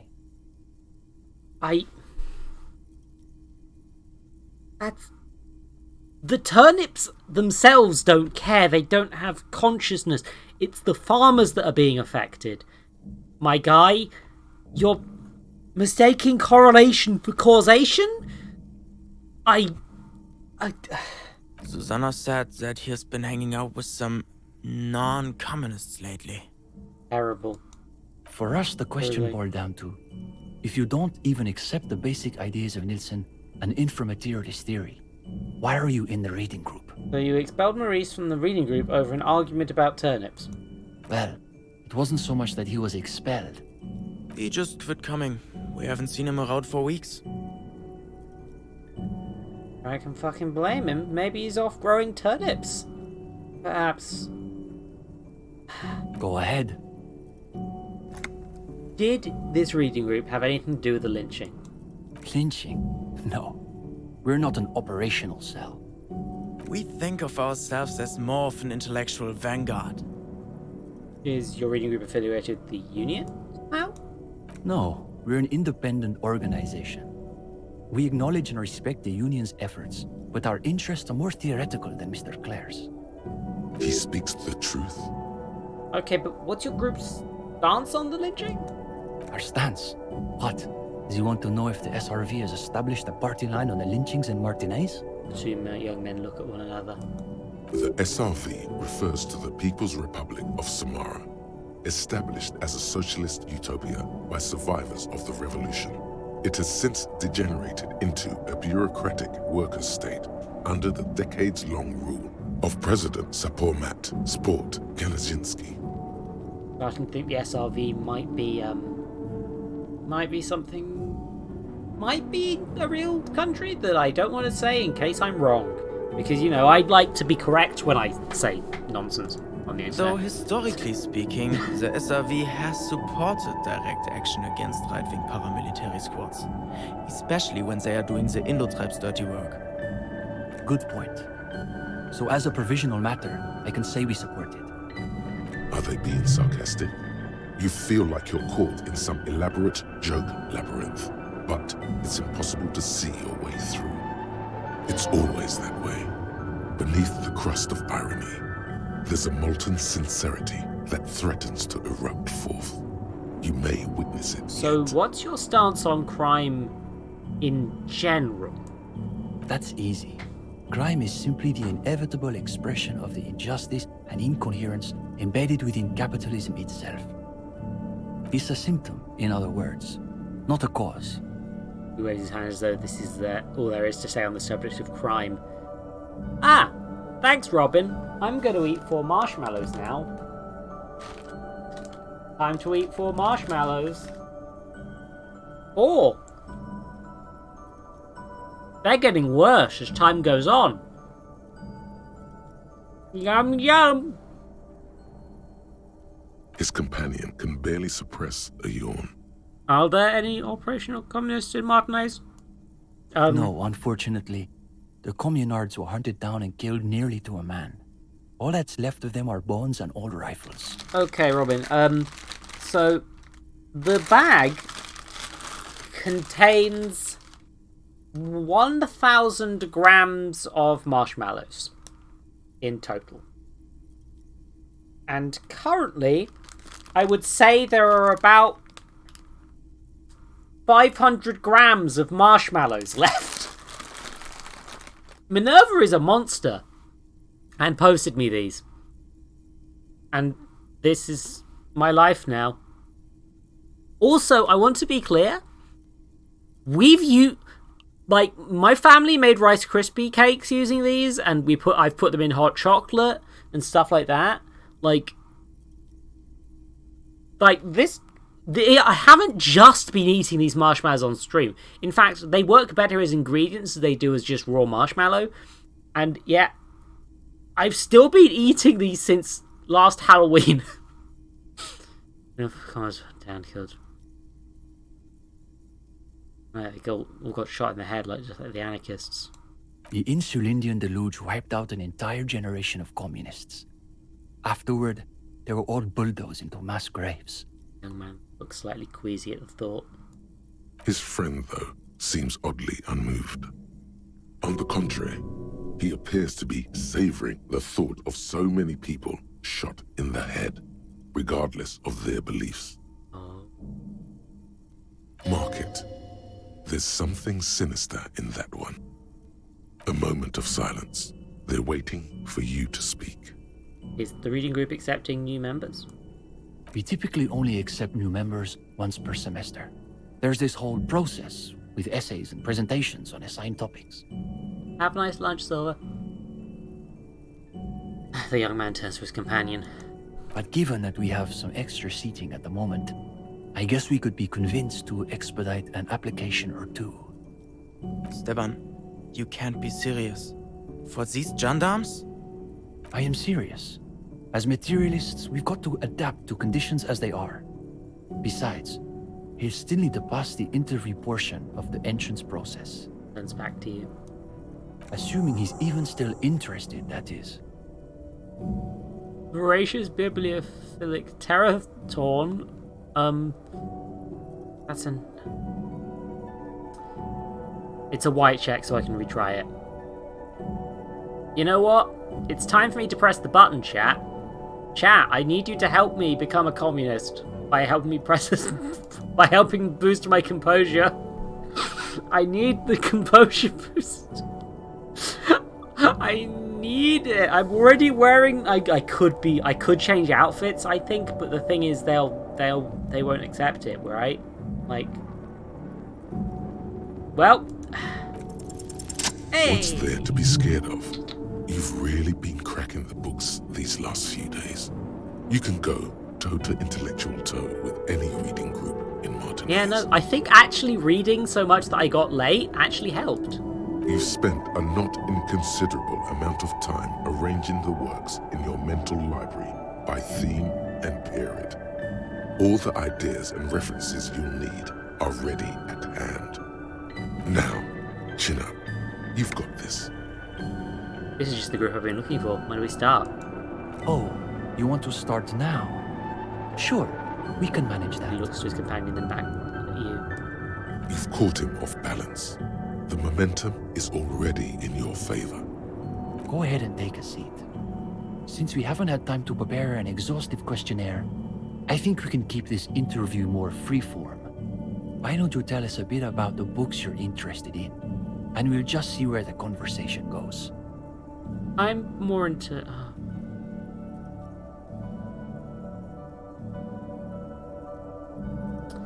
For me, it's more about finding the right thing for the right moment. We prefer difficult books. Books that might destroy you if you don't destroy them first. That's enough, Uli. It's the gendarme's opinions we are interested in. But to Comrade Ulix's point, isn't there value in reading really difficult books, just for the sheer challenge of it?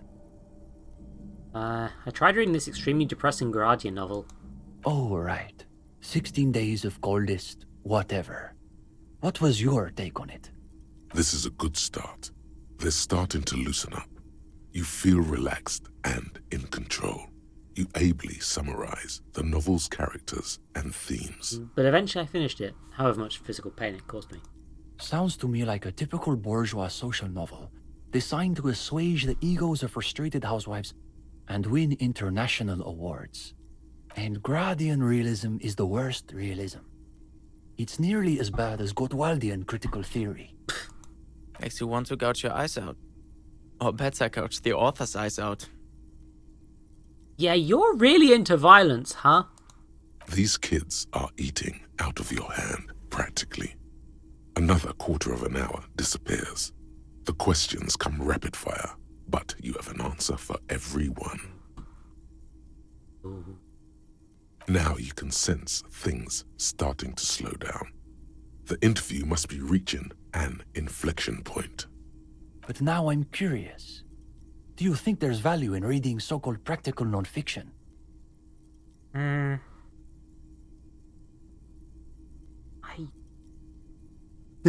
Oh no! Either I talk about how I read the fucking alphabet book or the Pale book. Can't say how reliable it is, but I did just read a book on Pale-centric medicine. Interesting. I always thought that stuff was common folks' superstitions, repackaged as bourgeois spiritualism. But maybe I've been overly dismissive. Now's your chance to end this interview on a high note. Soon, you're debating whether a decommodified spirituality is even possible under capitalism. Probably not is the answer, which isn't to say it isn't sometimes still useful. Anyway, it mostly seems like a way to bilk desperate people for money when they don't have access to real healthcare. Gottwaldian will tell you that it's an inescapable fact of modernity, that we can only repackage our collective history in increasingly ludicrous forms. Nods. Thank God we are no Gottwaldians. In any case, I think we've heard enough. We could use someone with your perspective in the group. With just a bit more theoretical foundation, I think you'll be making real contributions. Yes, I would say he's got serious potential at least. And with that, welcome to the most ideologically advanced materialist reading group in Martinez. Holy shit, I got it. Here's your first assignment. It's an overview of inframaterialist theory. A little basic, as you'll see, but one has to start somewhere. I'll add to my very extensive reading list. You're going to fit right in, I think.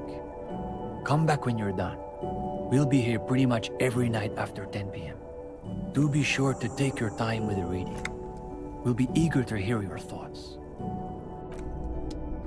Blimey. Well, that was a long conversation, and now I'm reading... I gotta read the book that I got given. Concise Introduction to Inframaterialist Theory intended for the general audience. You can tell this particular copy spent a lot of time in someone's back pocket. Okay. Communards didn't commit enough atrocities? My guy. Okay, I'm gonna do the BRB now because the ad was trying to run like several minutes ago. Everybody, I'm going to BRB. Take a break. Take a lunch. Take a pill. Do your things, and I'm gonna go. I appear to be. Hold on. I'm doing exercises. Hold on. I guess I'm wearing enough of that outfit that my idle animation has become doing fitness stretches. That's cute. You'll be able to see that later, I hope. But yeah, I'm going to run 3 minutes of ads. I'll be back in a second. Bye-bye. Don't think about it too hard. Don't think about it too hard. It's fine. Everything's fine. Everything is fine. I'm the elite sniper. Don't you know? The elitist. Snipers. Oh. Everything alright? Elite! Dax is a side stream! Elite sniper! I'm just the piss girl. I just piss all over the fucking place like a racehorse.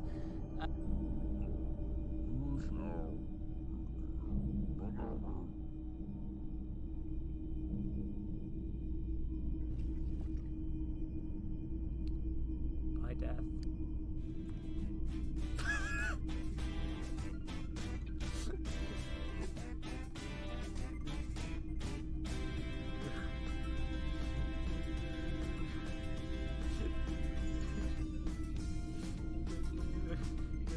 It's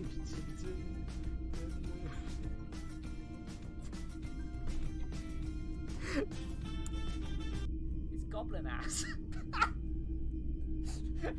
Just like me. Yeah, again, by being a clunkier game, it's a kind of a better stealth game. What the fuck? Never seen that one before. Don't worry. Come on, you bastards. If it's good enough for George Lucas, it's good enough for you. Sorry, I just saw a message from Lottie and she's a dork. This is ethical. Oh, yeah, that gets out of the car.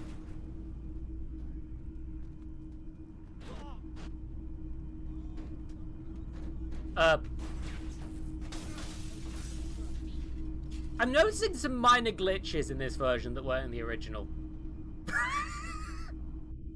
Oh. Did you forget that cis men existed for a second there, Dax? Yes.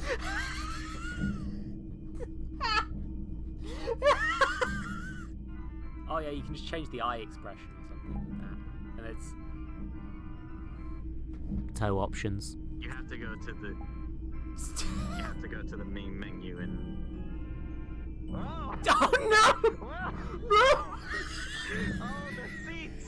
Oh my God. I'm not enjoying this. Jesus Christ, are you okay? Are you okay? It's a good. It's a cutscene. That means he's gonna die. Oh yeah, by the way, this man is a toeman. No, footman. Damn it! God, I wrote my own joke!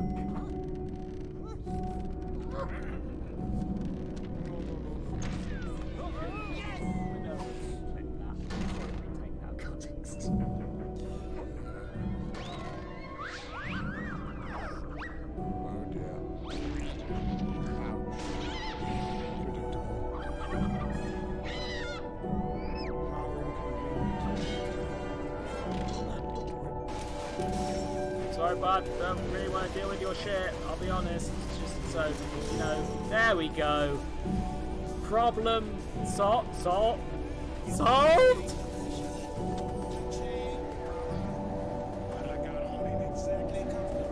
Uh-oh. Uh-oh. What was that about the glitch making this game better? Because, it definitely is. Holy shit. Bro, you have healing powers. Number one. Get your filthy fucking claw off my trailer. It's time! Pizza dick! It's a format! Well, okay. University is a lot better. We'll stop going to class. Jesus Christ, too real. Trying to think of the cracks spidering out across the floor. Yes, it would seem this is what a communism looks like. Let's have a nosy. A rickety easel surrounded by pots of gouache. Cindy's, no doubt. Maybe the Phasmid? No, probably not. 2 separate inland empires for that. One says no war but class war. With the age of communism left. Or under cobblestones, communism. Coffee. The bottom pot and islet of black sludge rises from a shadowy sea. And... construction vest? What the heck is this? A ludicrously reflective safety vest, like those favoured by construction and road repair crews. Comes with a replaceable battery pack, making you feel like a deep sea enemy. +1 endurance, safety first. -1 reaction speed, impossible to miss. Oh my god. Look at this outfit! Amazing. Okay. Well, I'm not wearing that. I'm gonna be but well, it seems I've befriended communism and now I need to run all the way across fucking town because oh good giddy golly, I've... Hey Cindy, you got anything to say to me? Hello again, officers. Catch you later, Cindy. More of a communist than any of those fuckers probably, but what else do I have? Try and just... It's gonna take me a little bit to get to the map bit where it'll let me fast travel. Come on, Kim. We got a meeting. Oh god, wait, we got a meeting with dangerous fucking people actually. Hold on. I need to change outfits. I really need to change outfits.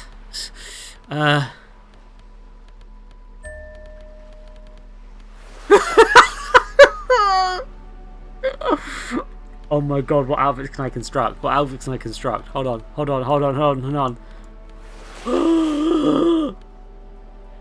Yes! Outfit. Empathy. I think save a fair would be probably useful here. Keep my tie on unless I'm incredibly sure that one of these will help. Actually, might want suggestion. Start as the bassist.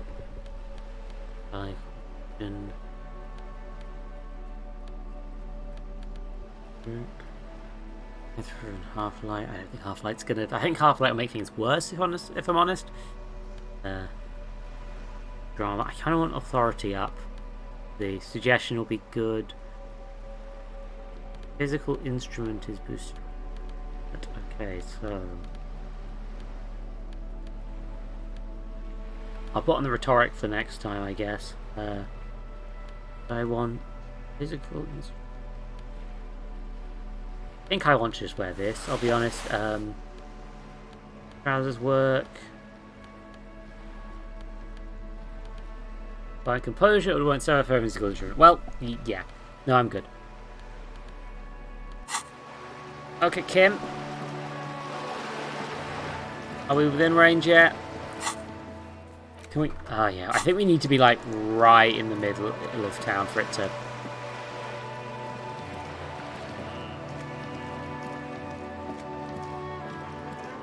Let me.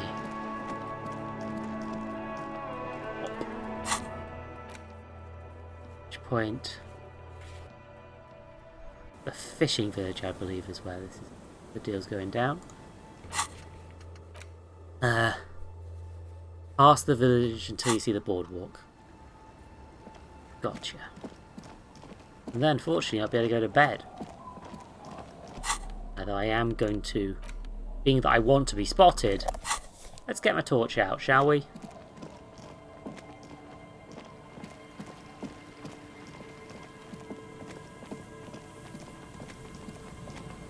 Here's the boardwalk.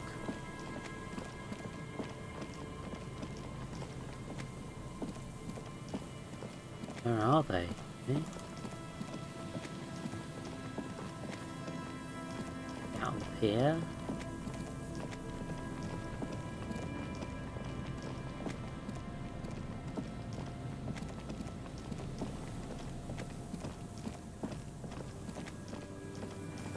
The boardwalk is such a wide category that it does kind of give me some trouble.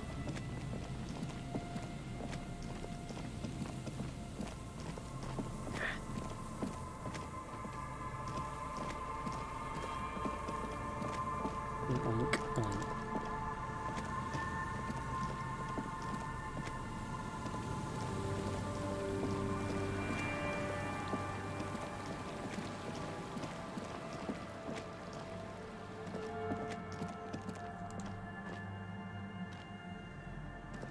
On. Go.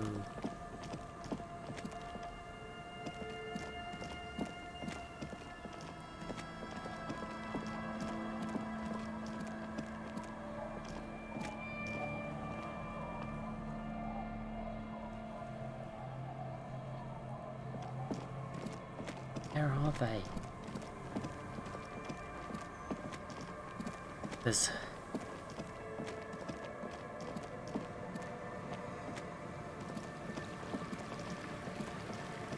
I know they're here until 2 PM, because that's what Shivers said.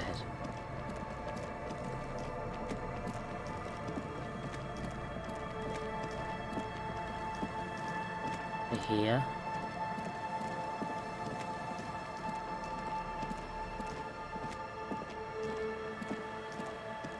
A row of ghostly shades facing a crumbling wall. With another 7 shades, a cold sea behind this building, the other one. Oh, I see. So that's the text that came up when you did this. Oh, the trap? Can I reinvestigate the trap? Is there any benefit to that at all? There's nothing else to do with it. Yeah, nothing left. Okay. Someone's been running around the side home. Me telling you, the old fish market.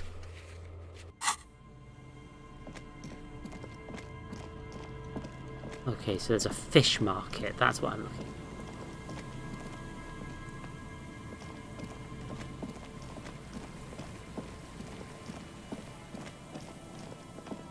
for. Come on.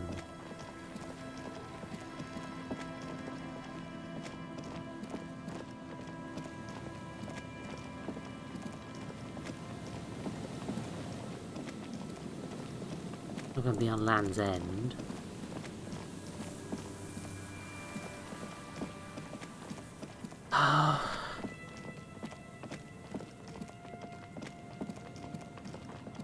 Come on.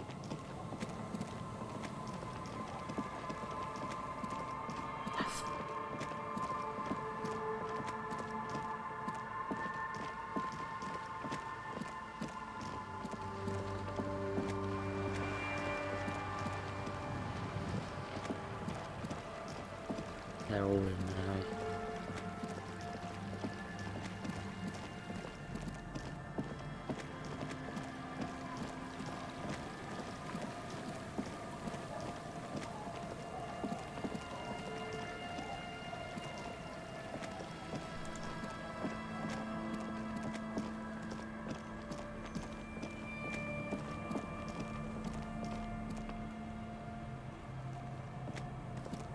The old woman still sits in her chair, continuing with her chores.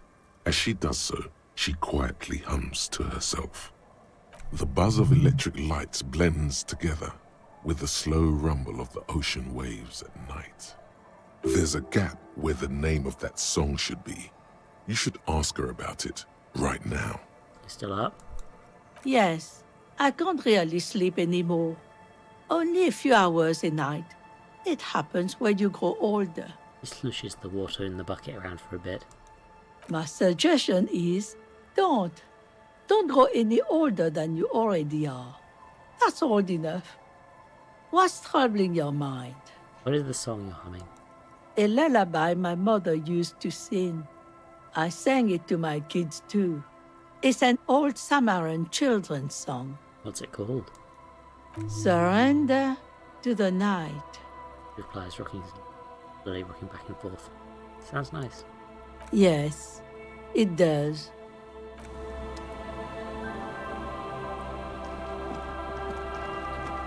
Is this the fish market?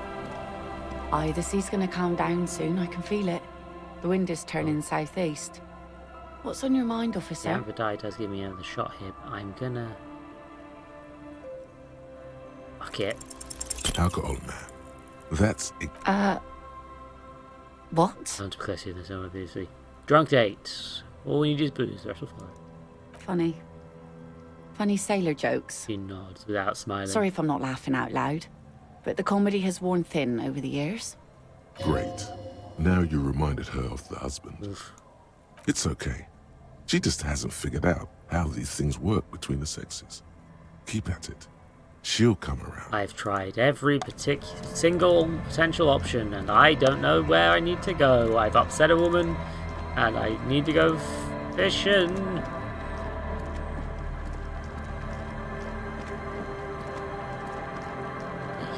Yeah, is it this way I need to go? What the...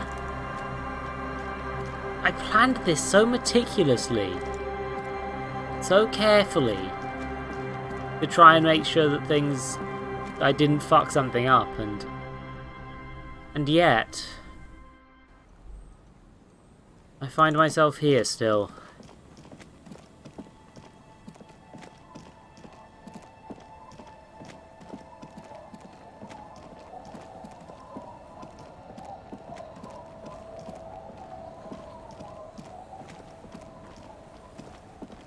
For the kids.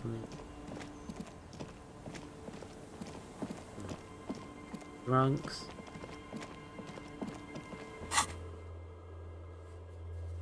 Must meet her near the old fish market and get your service weapon back. Walk past the fishing village until you see the boardwalk. You pass the fishing village.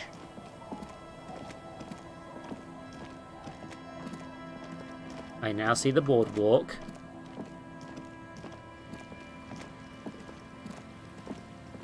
I do not see a fish market.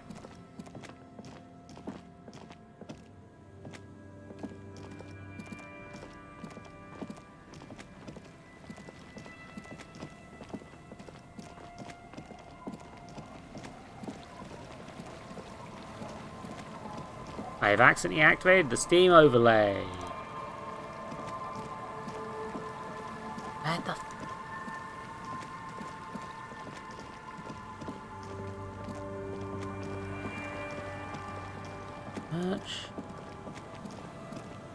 This, I'm just... Am I just stupid? I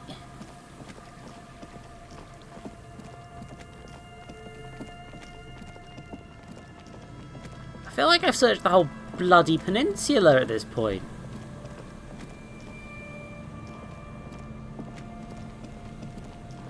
The dome-shaped plastic boy bobs up and down.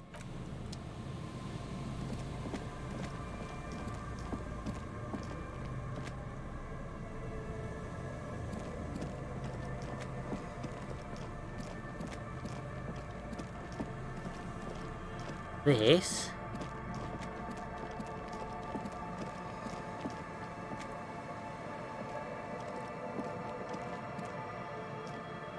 Nothing over this way. I feel like there's a hole in my skull. What the Where are they?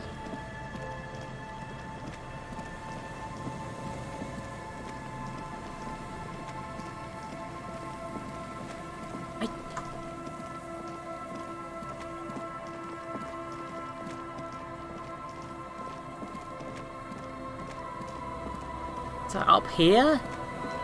We have to go into this bit?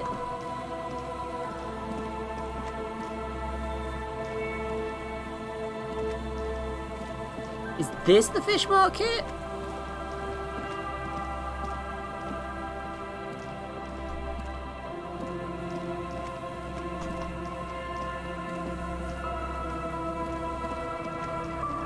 I just not do both 10 PM activities? Or...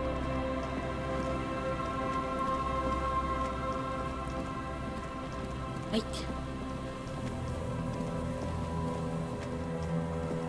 I was under the impression it was like more of an amusement park that was being built, not a fish market.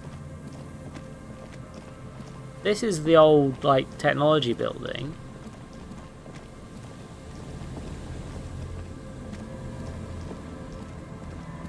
So where the...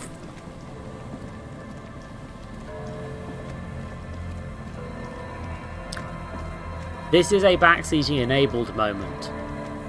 If you know the answer to what the fuck I'm supposed to be doing right now and what I'm doing wrong, please tell me, because what the fuck, where is it?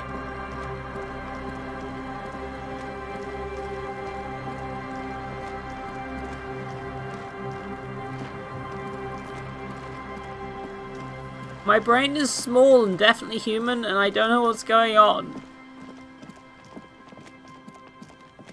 I feel like is it just me? Am I just repeatedly having this fucking situations where I just cannot find a thing in this game for no good reason? Like...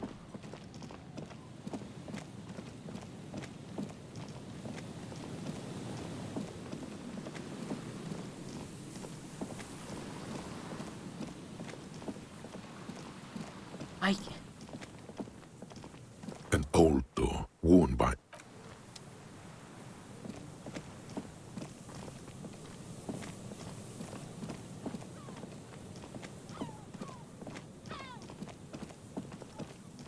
I feel...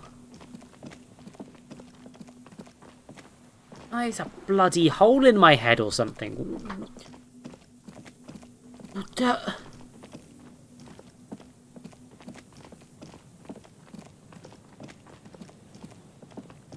I'm Googling it. This is one of these moments where I'm gonna just... I'm giving myself permission to just Google it.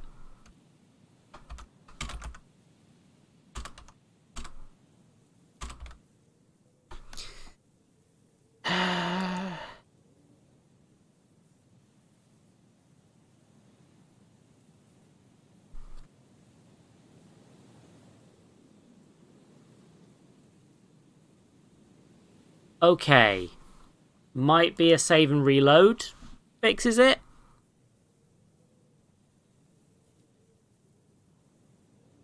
Health position back up. Getting too close to the spawn point. I don't think it's that. The thing is, I'm gonna hold on. Let's just Google Disco Elysium. Show me a photo of the fish market. Okay.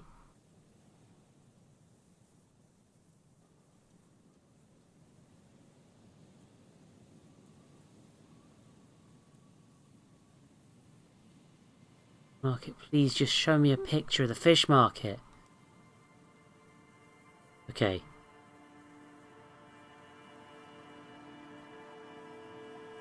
Where's past the vision village, past the church.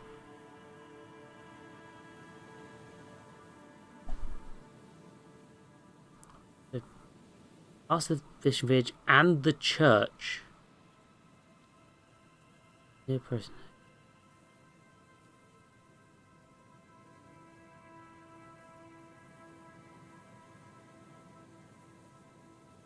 Okay, so it is the bit I'm looking at. Not on that bit. Southeast of that. Okay. Yeah. Okay, so I'm doing a hard save. I am loading the hard save.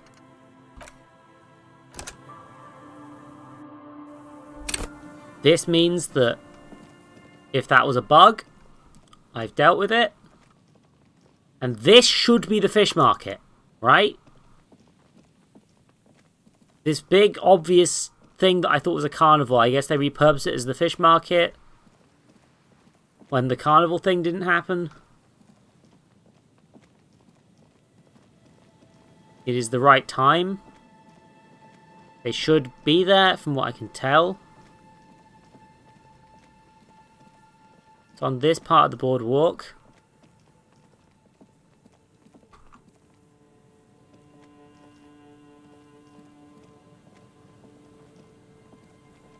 Alright, they should be really obvious and hard to miss.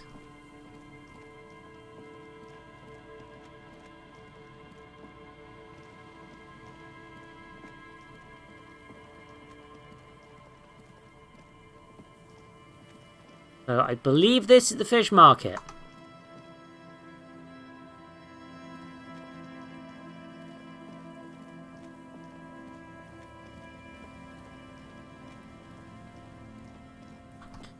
Okay, let's check what that guide said again. Walk into a random building, then come back. Okay. Around the pier. Spot where you find the jacket, which is here. She wears blue and red lights and should stick out.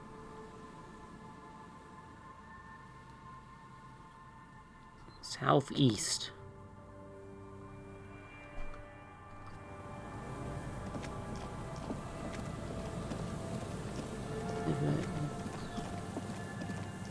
Okay, so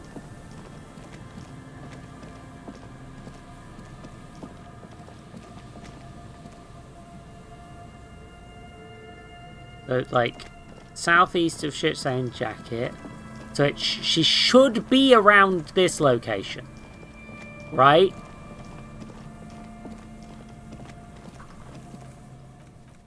Save over the save again.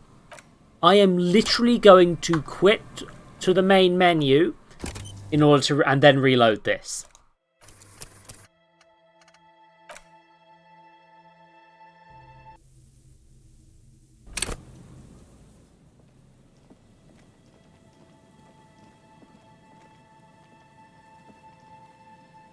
The weather has changed.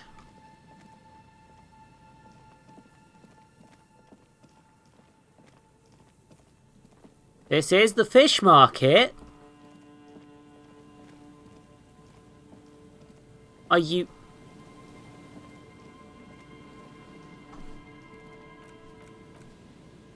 I'm now going to quit the game and reload. And then I'm going to try going in and out of a building.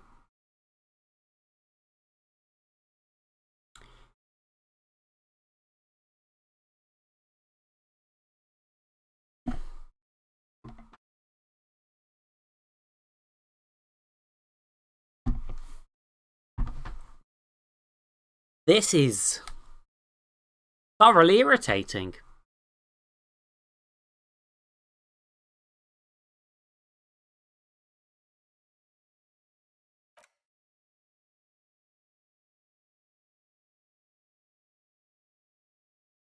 I don't know why this is happening.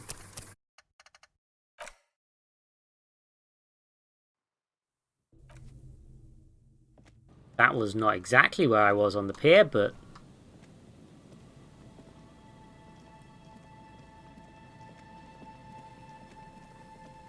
Still not here.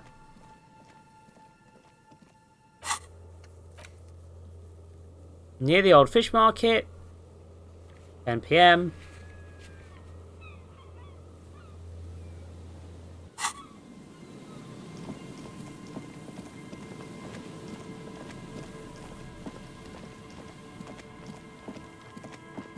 Gonna enter the church and leave the church.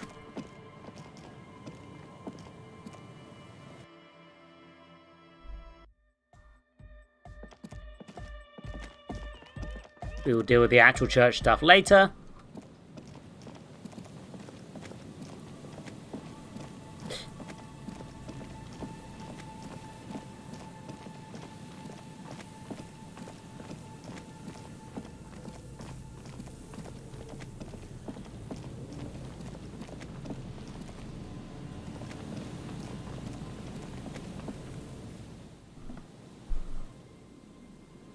I'm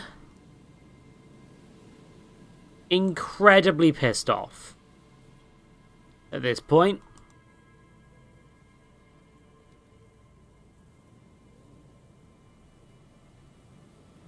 Okay. I am now on the wiki page trying to get pictures of what this looks like.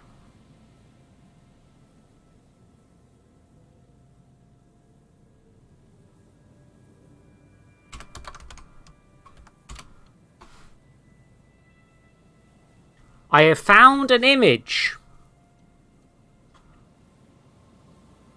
I'm just gonna... She is incredibly distinctive. And she is... fucking...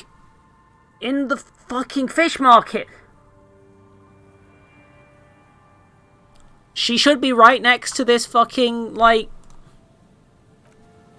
She should be right here. Right here. But for some reason, there's just not happening. Just should be right here. Right? I'm gonna save on the fucking spot.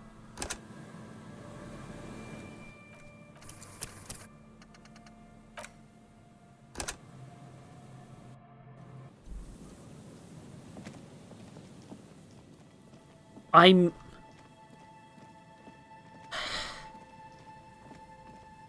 Is there some hard coding limitation that means I can only do one 10 PM thing?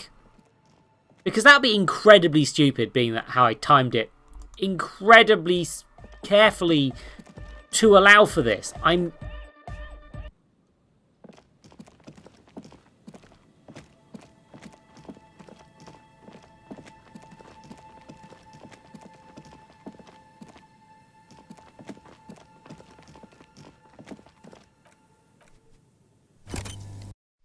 going to yet again quit the game and reopen it and load that save again.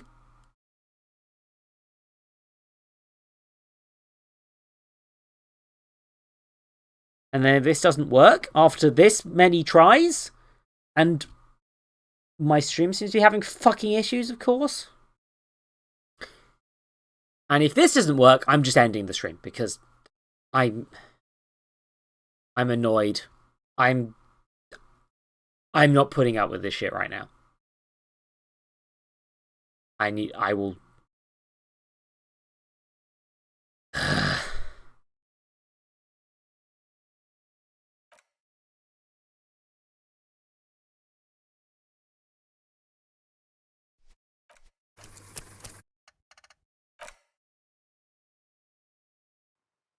Was she visible in the screenshot?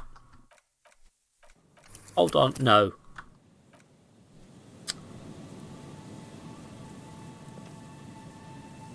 One more attempt. I'm going to save and load inside a fucking church. On a separate fucking slot.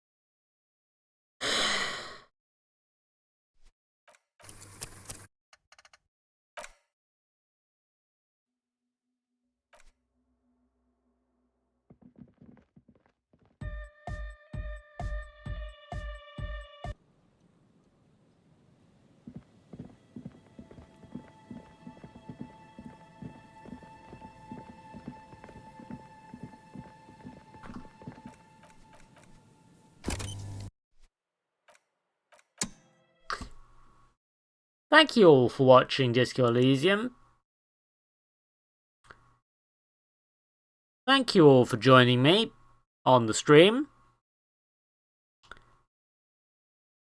I want to stab something right now. So I'm just going to see if there's anyone worth raiding. And even if it is. And then I'm going to go fucking fuck myself, I guess. I guess I'll go fuck myself. No, sorry, I am going to end the stream. It's just like, I need a fucking... I'm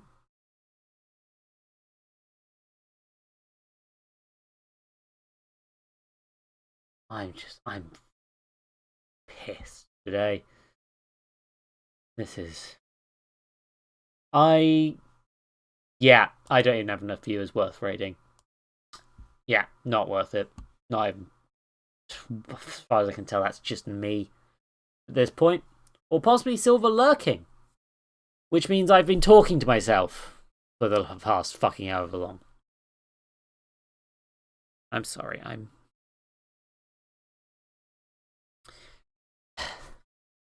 I don't really want to end on this note, but yeah. I need a bit of time to myself. So thank you all for watching. I usually stream at 8 PM on Wednesdays and Fridays. If I am still mad on Friday, maybe I'll take a day off, because like I'm honestly surprised I made it this far without getting mad at something. And it just turns out that what it was a fucking stupid ass bug in the game. So yeah. I'll see you all when I see you all. Bye-bye.